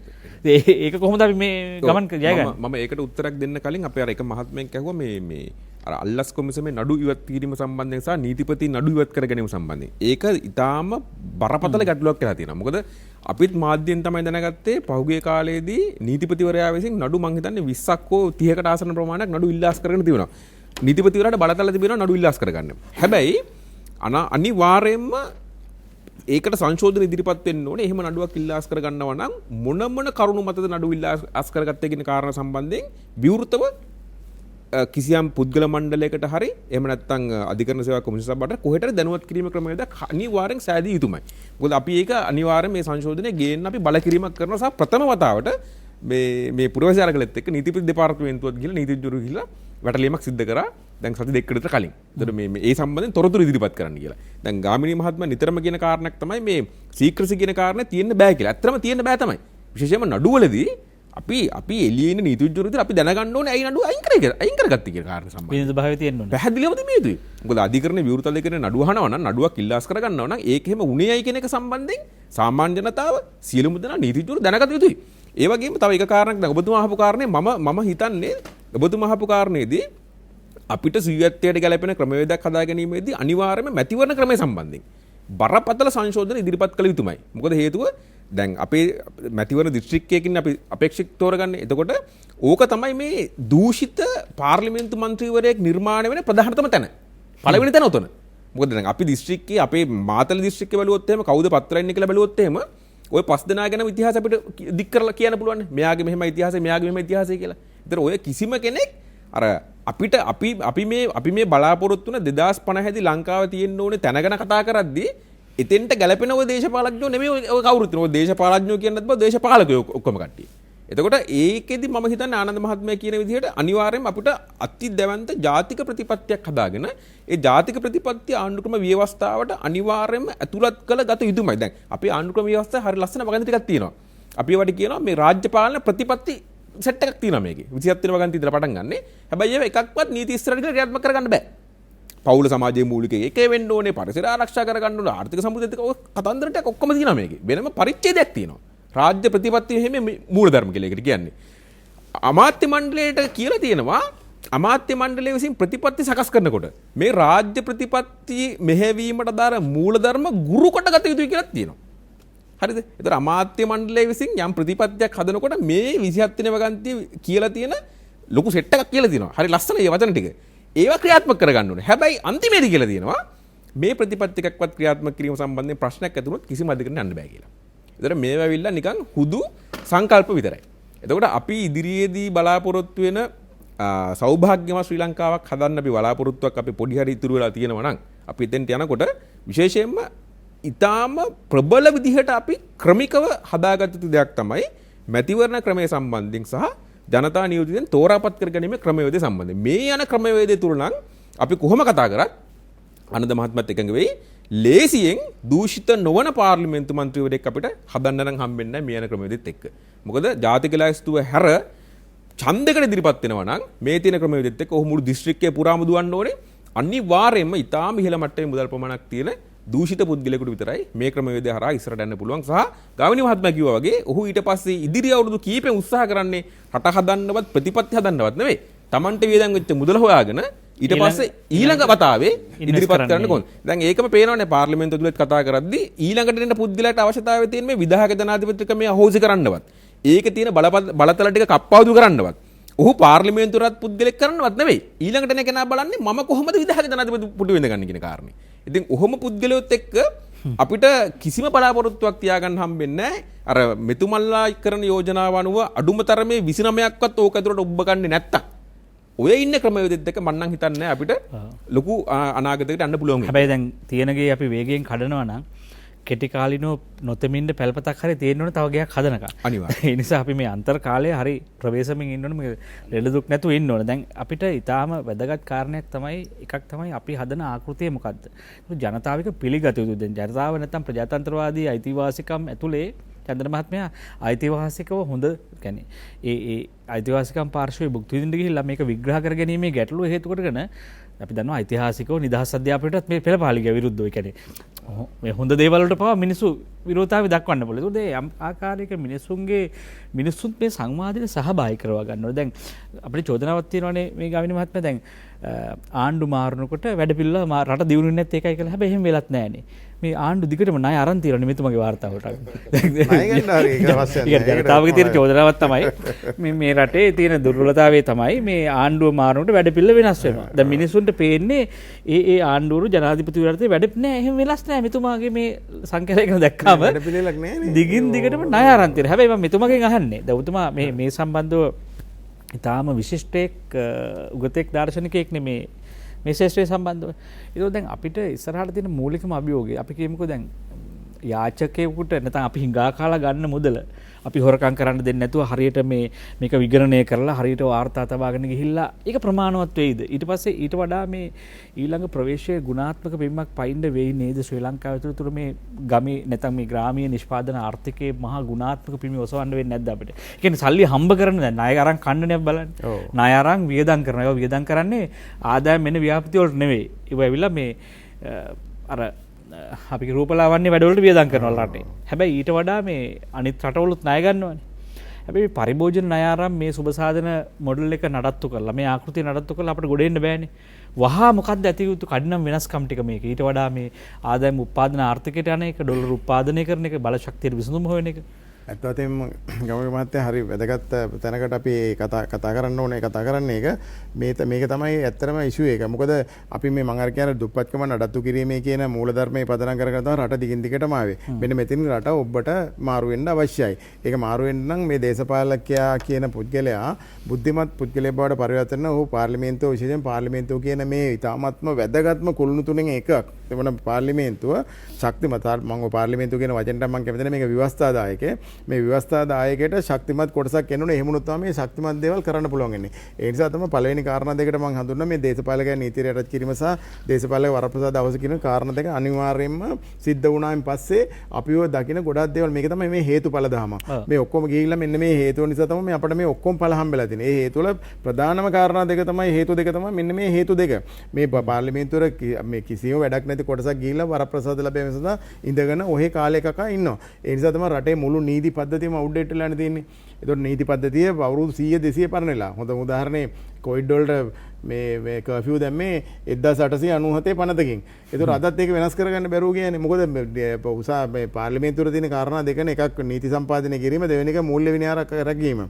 මේ දෙක අරගෙන අනිත් ඔක්කොම පාර්ලිමේන්තුව කරනවා. එතකොට මේ දෙක කවුද කරන්නේ? වෙන කෙනෙකුට මේව කරන්න බෑ. මේ කුළුණු වලට ඒගොල්ලන්ට දීලා තියෙන වක්කීම අනිවාර්යෙන් උන් සිදු කරන්න ඕනේ. එතකොට මේකත් එක්ක මේ ප්‍රශ්න ටික ඔක්කොම විසඳෙනවා කියන එකයි මගේ දෙන මේ කාරණා අටේ මම පැහැදිලි කරන්න ඕනේ. කාරණා ටික විශේෂයෙන්ම මේ කුෂි කර්මාන්තය ආරක්ෂා කරලා උපාර්ථික ඉක්මනින් හඳුනා දෙන්න ඕනේ. එතකොට ඒක කිරීමත් හරහා එක්ක විශ්වාසය ගොඩනැගීමේ වැඩ පිළිවෙල තමයි හෙට දවසේම කෙරෙන්න ඕන. මොකද විදේශ අපේ 20 ලක්ෂයක් ඉන්නවා විදේශ පිටරට පවුල් ශ්‍රී ලාංකිකයෝ. ඔවුන් මුදල් එවන්න ඉතාමත්ම කැමැත්තෙන් ඉන්නවා ලංකාවේ මේ ප්‍රශ්නෙන් ගොඩ ගන්න. හැබැයි විශ්වාසය නැතුව උන් වැඩේ ඇත්තටම කරන්නේ නැහැ. ඒ නිසා තමයි ප්‍රධාන ප්‍රශ්න වෙලා තියෙන්නේ. විශ්වාසවන්ත රජයක් අවශ්‍ය වෙලා තියෙනවා සියලුම ජනතාවට මේ වැඩ කරන්න. කුඹුරට බහින්නත් විශ්වාස. දැන් මමත් කුඹුරේ වැඩ කරන මිනිස්සෙක්. මම හෙට කුඹුරට බහිනවද කියලා මම තීරණය නැතුව ඉන්නේ. මොකද ගිය සැරේට අස්සනේ 150ක් අපිට අඩු වුණා මේ සැරේ. මේ සැරේ පොහොර දිනවත් දන්නේ නැහැ. හාණ්ඩ විදියක් නැහැ, ඩීසල් නැහැ. ඉතින් ඒ නිසා කුඹුරට බහින්න වැඩි හොඳයි. ගිය සැරේ හම්බෙච්ච එක ඉතුරු ටිකක් කරගෙන කාලා ඉන්න එක මන්ටපට දැන් ගොවියා පත් වෙලා තියෙන්නේ. ඒතකොට මේක මෙතනට යන්න අන්න අර විශ්වාසය කියන ගොඩනගෙන්න එපා. ඒ විශ්වාසය අද නැහැ. මේව හම්බෙයිද, තෙල් ටික හම්බෙයිද, වතුර ටික හම්බෙයිද, පොර ටික හම්බෙයිද, මේ ටැටරේ කුඹුරට දාගන්න පුළුවන් වේද? කිසිම විශ්වාසයක් මිනිසුන්ට අවිනිශ්චිත වෙලා තියෙන්නේ. ඒ අවිනිශ්චිතතාවය ඉතාමත්ම කෙටි කාලයක් ඇතුළත ගොඩ ගන්න පුළුවන්. ඊළඟට විදේශීය මුදල් ණයට දෙන ආයතනවල විශ්වාසය දිනා ගන්න වැඩ පිළිවෙලක් අවශ්‍යයි. ඒගොල්ල කිසිසේත් මෙන්න මේ සංශෝධන දෙක කරන්නේ නැතුව ඕන් ලංකාවට ණය දෙන්නේ නැහැ. ඕන් ඒ නිසා IMF එකත් මම ඕන තරම් සාකච්ඡා පවත්වලා තිනවා. World Bank එකත් එක්ක ඕන තරම් සාකච්ඡා පවත්වලා තිනවා. ඕන් ඉන්නේ එතන මේ රට හොරගම් කරනවා. මේ රටේ මිනිස්සු දූෂිතයි. මේ රටේ දේශපාලකයන් දූෂිතයි කියන දේ ඕන් හොඳටම දන්නවා. ඉතින් ඒ නිසා මේ පළමුවෙන්ම නීති පද්ධතිය සකස් කරන්න ඕන දූෂණය කරන්න බැරි වෙන්න. පුද්ගලෝ දූෂණය කරන එක අපිට නතර ගන්න බෑ. හැබැයි මේ නීතියෙන්ම දූෂණය කරන්න ඉඩ දීලා තියෙන රටක් නෙමෙයි මේක. හරි දූෂිතයාට දඬුවම් දෙන්න බැරි රටක් නේ. අවසර පත්‍රයක් දීලා තියෙනවා. අවසර පත්‍රයක් දීලා තියෙන්නේ. නෑ උසාවි මොනවත් ප්‍රශ්නයක් නෑ. ඔයාලට ඕන දෙයක් කරගන්න කියන වැරදි කරන්න බලපත්‍රයක් දීලා තියෙනවා. ඉතින් මෙන්න මේ ටික සකස් කිරීම ඉමීඩියට්ලි කරන්න ඕනේ. හෙට මේ ටික සකස් කරොත් අනිද්දා මේක ටර්න් වෙන්න පටන් ගන්නවා. මොකද එච්චරට පිටරට මිනිස්සු අඬනවම ලංකාවට මුදල් ලෙවන්න. හරිද? ඊළඟට ලංකාවේ ඇතුලේ තියෙනවා ට්‍රිලියන් බිලියනයක් හොයාගන්න ඩොලර්ස්. අද මිනිස්සු ඩොලර් එකතු කරනවා. මොකද ඩොලර් වල තියෙන මිල වැඩිවීමත් එක්ක. ඒතකොට ලංකාවේ ඇතුලේ බිලියනයක් හොයාගන්න පුළුවන් ඩොලර්. ඊළඟ ලංකාව තමයි ලෝකේ මේ රත්තරන් පාවිච්චි කරන දෙවෙනි වැඩිම පාවිච්චි කරන රට ඒක පුද්ගල. හරි ලංකාවේ මං හිතන්නේ සේප් වල මිනිස්සුන්ගේ ට්‍රිලියන් ගානක රත්තරන් ඇති. හැබැයි මම දන්නවා මම කියන්නේ ප්‍රධාන හේතුව නිසා 97 කොරියාව මේ බංකොලොත් වෙච්ච වෙලාවේ කොරියන් ජනාධිපති කෙනෙක් පුදුම විශ්වාසයක් තිබුණේ. කොරියන් ජනාධිපති කිව්වා ඔබතුමාලා ඔයගොල්ලෝ ගාව තියෙන රත්තරන් ගෙනත් දෙන්න. අපි මේවා යම් කිසි දවසක මේ මිලට වඩා වැඩි මිලක් අපි ගෙවනවා කියලා. ඔක්කොම රිසර්ව් එක ගියා අහස උසට මේ ගෝල්ඩ් රිසර්ව් එක ලංකාවේ ගෝල්ඩ් රිසර්ව් ගෝල්ඩ් රත්තරන් ටිකත් විකුණන් කාලානේ තියෙන්නේ තියෙන විකුණන් කාලානේ තියෙන්නේ ඒතකොට මේක ගොඩනගා ගන්න අපිට හිටිත දවසක මේ වැඩේ කරන්න පුළුවන් මිනිස්සු අතේ තියෙන ඕන ඩොලර් විශාල ප්‍රමාණයක් ඒතකොට මේ මිනිස්සු කිව්වත් එම ඩොලර් 100 200 තියෙන මිනිස්සු ඕන තරම් ඉන්නවා ඒ මිනිස්සු ගෙනල්ලා මේකට දෙයි හැබැයි කවුද මේගොල්ලෝ කිව්වට පිළිගන්නවද කවුරුත් වැඩේ කරන්නේ මට හිතෙන්නේ බැංකුවක් ඔය සරල මහා කතන්දර අයින් කරමුකෝ සාමාන්‍යයෙන් ගමේ ඉන්න බැංකුවක් හරි ගමේ ඉන්න මුදලාලි හරි අපිට ණයක් දෙන්නේ අපි කෙරෙහි විශ්වාසයක් ඇති වුණොත් තමයි. ඉතින් අපි පෙන්වන්න ඕනේ අපිට ඒ ගන්න ණයෙන් ආපහු ඒක ගෙවා දමන්න පුළුවන් හැකියාවකට අපි ඒක සැලසුමක්වත් හදනවා කියලා පෙවුනොත් තමයි අපිට මුදල් දෙන්නේ. ඒ නිසා 16 වතාවක් 17 වතාවක් අපි මේ IMF යනවා. අපිට අපේ ප්‍රධාන ගැලවුම්කාරයා එහෙ වෙන්න බෑ. ඇදයි අපිට කවදා හරි මුතුමා කිව්වේ ආර්ථිකය ශක්තිමත් කරන රට නැගිටින්න ඕනේ. අපි මම හිතන්නේ හෙට එච්චර කලවර නැති වෙයි. මට මෙතුමාට අවස්ථාව මිනිත්තු දෙකක් දෙන්නම්. අපිට මේක පියමන් කරන්න පුළුවන් කියන විශ්වාසය ඔබතුමා ගොඩනගනවද? ජනතාව ඇතුළත ඔබතුමා අහපු ප්‍රශ්නෙට අපේ ගමින් මහත්තයා උත්තරේ දුන්නා. මේ ස්ට්‍රැටජික් ප්ලෑන් එක මොකක්ද කියන එක මම කරුණ විතරයි කිව්වේ. එතුමා කියපු දේ තමයි ඇත්තටම කෙටි කාලින විසඳුම. අපි ඒක කරන්න තමයි මේ ක්‍රමවේදය ඉල්ලන්නේ. මේ ක්‍රමවේදය ආවනම් අපි මෙතුමා වගේ තවත් කට්ටිය එකතු කරලා ওই වැඩ පිළිවෙල තව අපි හඳුනාගත්තු ප්‍රොජෙක්ට් කීපයක් තියෙනවා ඒවත් ක්‍රියාත්මක කරලා මේ අවුරුද්ද ඇතුළත මේ ප්‍රශ්නේ විසඳනවා. ඉතින් ඒක කිරීම සඳහා මේ කට්ටිය ඇතුළට යන්න ඕන. ඇතුළට ගිහලා මේ නීති පද්ධතිය තුල මේ වෙනස්කම් ටික කරලා පළවෙනි වසරක අර ක්‍රමෝපායික සැලැස්ම කියන්නේ ඕක තමයි. ගාමිණී මහත්මයා මෙතුමා තව ගොඩක් කට්ටිය ඉන්නවා අපේ කණ්ඩායම මේ හදලා තියෙන මේ වගේ සැලැස්මවල් ඒ සැලැස්මවල් ක්‍රියාත්මක කරන්න තමයි මේ අවස්ථාව ගන්න හදන්නේ. ඒක ක්‍රියාත්මක කරන්න දැන් ඉන්නේ පාර්ලිමේන්තුවට බෑ. මේ පාර්ලිමේන්තුවට ගිහිල්ලා අපේ විද්වතුන් පිරිස එතෙන්ට යවන්න ඕනේ ඒක කරන්න. ඒක තමයි අපි කිව්වේ දැන් මේ වෙනකොට ඉන්නේ සිවිල් ක්‍රියාකාරී බල මණ්ඩලය විසින් මේ ක්‍රමෝපායික සැලැස්ම අතරත් මේ පොයින්ට් වයිස් ලියලා තියෙනවා මෙතුමා කියපු ටිකත්. ඒව කරන්න තමයි අපි මේ කියන්නේ ක්‍රමවේදය හදමු කියලා. හිතා යහපත් වේ වැඩසටහන චන්ද්‍ර මහත්මයා ඇත්තටම අර මෙතුමාක විද්වතුන් ටික දැන් සූදානම් වෙනවා. ඒකට මට අහන්න තියෙන්නේ පොදුවේ කලින් හිටපු විද්වතුන් තවත් විද්වතුන් සංඛ්‍යාව සිටීද මේ අපිට මේ ඇත්තට මේක ධනාත්මක පැත්තට ගෙනියන්න අවශ්‍යයි. අපි මේ ඇත්තටම මේ අඬන්න බැරි නිසා සමහරට hina වෙනවා. ඒ නිසා මේ අපි නිතරම කියන්නේ අපේ ආදරණීය ජනතාවත් එක්ක මේ ගොඩාක් දේවල් බෙදා ගන්න. හැබැයි අපේ යුතුයකම වෙන්නේ අඬන මිනිසුන් අතරට ගිහලා අඬන එක නෙවෙයි hina වෙන මිනිසුන් අතරට ගිහලා hina වෙන එකක් නෙවෙයි. හැබැයි ඒ අඬන මිනිසුන්ට hinaව අරන් දෙන්න අපි හැම අපේ ජීවිතේ කැප කරන එක. ඒක තමයි අපේ පරම වගකීම. මාධ්‍යයක් හැට අපි ඔබට කවදාවත් හෙට එච්චර කලුර නෑ කියන්නේ. අපි හැමදාම කොන්ද ගන්න හැම වෙලෙම අපි කියන්නේ අපිට කොන්දක් තියෙනවා. අපිට හිසක් තියෙනවා චන්දන මහත්මයා. අපි කොහොමද නැගිටින්නේ? අපිට ඇත්තටම අලුත් 50ක් තියෙයිද මේ අර්බුදේ පියමන් කරන්න පුළුවන්ද අපිට? අන්තිමට කෙටි උත්තරයක් දෙන්න මේ මොකද අපි මේ වෙලාවේ අපිට පිදුරු ගහත් ඇති වගේ තමයි. අපිට පොඩි හරි බලාපොරොත්තුවක් ඇති මේ හෙට දවසේ මේ ජීවත් වෙන්න ඇත්තට. මම හිතන්නේ ගමගේ මහත්මයා මේ ඊටාම කෙටියෙන් කිව්වොත් අපිට බලාපොරොත්තුවක් තියාගන්න පුළුවන්කමක් වෙයි කියලා මම හිතනවා. විශේෂයෙන්ම පාලකයා පිළිබඳව ජනතාව විශ්වාස කරනවා නම් මම හිතන්නේ ඒ ගැටලුවට ලොකු අපිට සුබවාදී උත්තරයක් හම්බෙයි. මේ වෙනකොට ඇති වෙලා තිබෙන්නේ පාලකයා පිළිබඳ කිසිම විශ්වාසයක් නැහැ. ඒ කියන්නේ දේශපාලඥයන්ගේ තිබෙන හෙලිනොකල වත්කම් පිළිබඳව ජනතාවට ඕන තරම් තේරෙනවා කොහොමද මේ වත්කම් ඒගොල්ලෝ එකතු කරගත්තේ. හැබැයි ඒගොල්ලොන්ට මේක ප්‍රශ්න කරන්න තැනක් නැහැ. අල්ලස් කොමිසම ගිහලා පැමිණිලි දැම්මට ඒ පැමිණිලි ක්‍රියාත්මක කරලා අධිශෝධනා පත්‍ර එන්නේ නැහැ. අධිශෝධනා පත්‍ර එනකොට ඒවා යම් යම් තාක්ෂණික කරුණු මත නඩු විසික්කෙනවා. එතකොට මෙන්න මේ කාරණාවලට මම හිතන්නේ අපිට හරි ක්‍රමවේදයක් ඇතුලේ හරි නීති පද්ධතියක් ඇතුලේ අපි හදාගත්තොත් ඒ වගේම දේශපාලඥයාගේ තිබෙන මේ ප්‍රිවිලේජස් සියල්ලම අපිට අයින් කරලා දේශපාලඥයා කිසිම වැටුපක් නොලබන ගරු සේවයක් බවට පත් ඒක සංකල්පයක් තමයි ගරු සේවයක් බවට පත් කරන්න පුළුවන්කමක් අපි ආවොත් මම හිතන්නේ අපිට අනිවාර්යයෙන්ම සුබවාදී රාජ්‍යයක් අපිට හදාගන්න පුළුවන් වෙයි කියන විශ්වාසය මට තිබෙනවා. ඒ වගේම විශේෂයෙන්ම මම විශේෂයෙන් ස්තුතිවන්ත වෙන්න ඕන අපේ ප්‍රධාන අපේ මේ නායක හමුදුරන්ට මේ වගේ මේ රට මැද ඉඳලා මේ වගේ විශාල වියදමක් කරලා මේ වගේ channel එකක් ඇත්තටම තාමත් අපි දැඩි ආර්ථික අපහසුතාව මැද කරගෙන යාම සම්බන්ධයෙන් සහ මේ වගේ අපිට මේ ෆෝරම් එකක් අපිට හදලා දීම සම්බන්ධයෙන් මේ විදිහට නිර්භයව අදහස් ප්‍රකාශ කිරීමට නිදහසේ අදහස් ප්‍රකාශ කිරීමට මේ පසුතලයක් හදලා දීම සම්බන්ධයෙන් ඉතාමත්ම ගෞරවයෙන් මා අපේ ප්‍රධාන නායක හමුදුරන ස්තුතිවන්ත වෙනවා. ඒ වගේම ඔබතුමාට විශේෂ ස්තුතියි අපිට මේ වගේ අවස්ථාවක් ලබා දීලා අපිට මේ ආරාධනා කළ මේ අදහස කියන්න අපිට අවස්ථාවක් ලබා දීම සම්බන්ධයෙන්. සුති ඔබට ඔබතුමන්ලා හැමෝටම වගේ අපි පසුපස එන පරපුරක් ඉන්නවා. අපි ආදරේ අනාගතයේ මේ අපි පස්සෙන්න මිලියන ගානක ළමයි ඉන්නවා, දරුවෝ ඉන්නවා. ඒ අයට රටක් අපේ මූණ දිහා බලාගෙන අහනවා අපිට අනාගතයක් තියෙයිද කියලා. පපුව කඩා වැටෙනවා අපි හැමෝටම වැඩිහිටියෝ හැටියට. ඒ නිසා වැඩිහිටියෝ හැටියට ඔබට මට හැම වගකීමක් තියෙනවා. අපි පසුපස එන ජනතාවට රටක් ඉතිරි කරලා අපේ හුස්ම ටික ආපහු මේ වායුගෝලයට දාන එක. ඒ නිසා මේ අපි ජීවත් වෙන්නේ නිදහස ඉල්ලා සිටින රටක් ඇතුලේ. මේකට අපි කියනවා නව නිදහස් අරගලයක් කළ යුතුයි.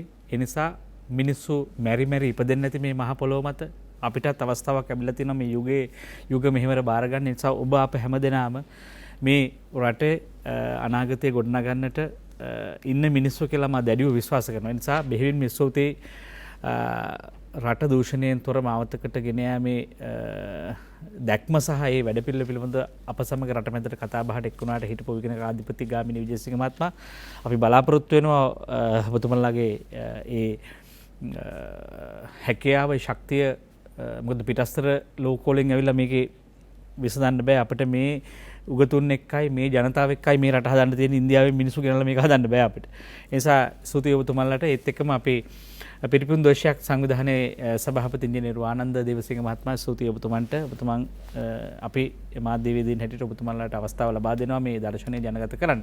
ඒ වගේම නීතිඥ චන්දන උඩගර මහත්මයා ඔබතුමන් මේ වන විට අපිට ගොඩක් කාලයක් වැඩ කරනවා. ඒ වගේම මේ හොඳ දේශපාලන විචාරකයෙක් මේ වන විට දාර්ශනිකයෙක්. ඉතින් ඔබතුමන්ට බොහොම ස්තුතියි මේ කාරණා ජනගත කරන්න දායක වුණාට. අපි බලාපොරොත්තු වෙමු අර ඉහත පාවිච්චි නොකරපු වචන නැති රටක හොඳ රටක හැමෝටම hina වෙන්න පුළුවන් රටක හෙට දවසේ තියේවි. අර්බුදයේ පියමන් කරමු.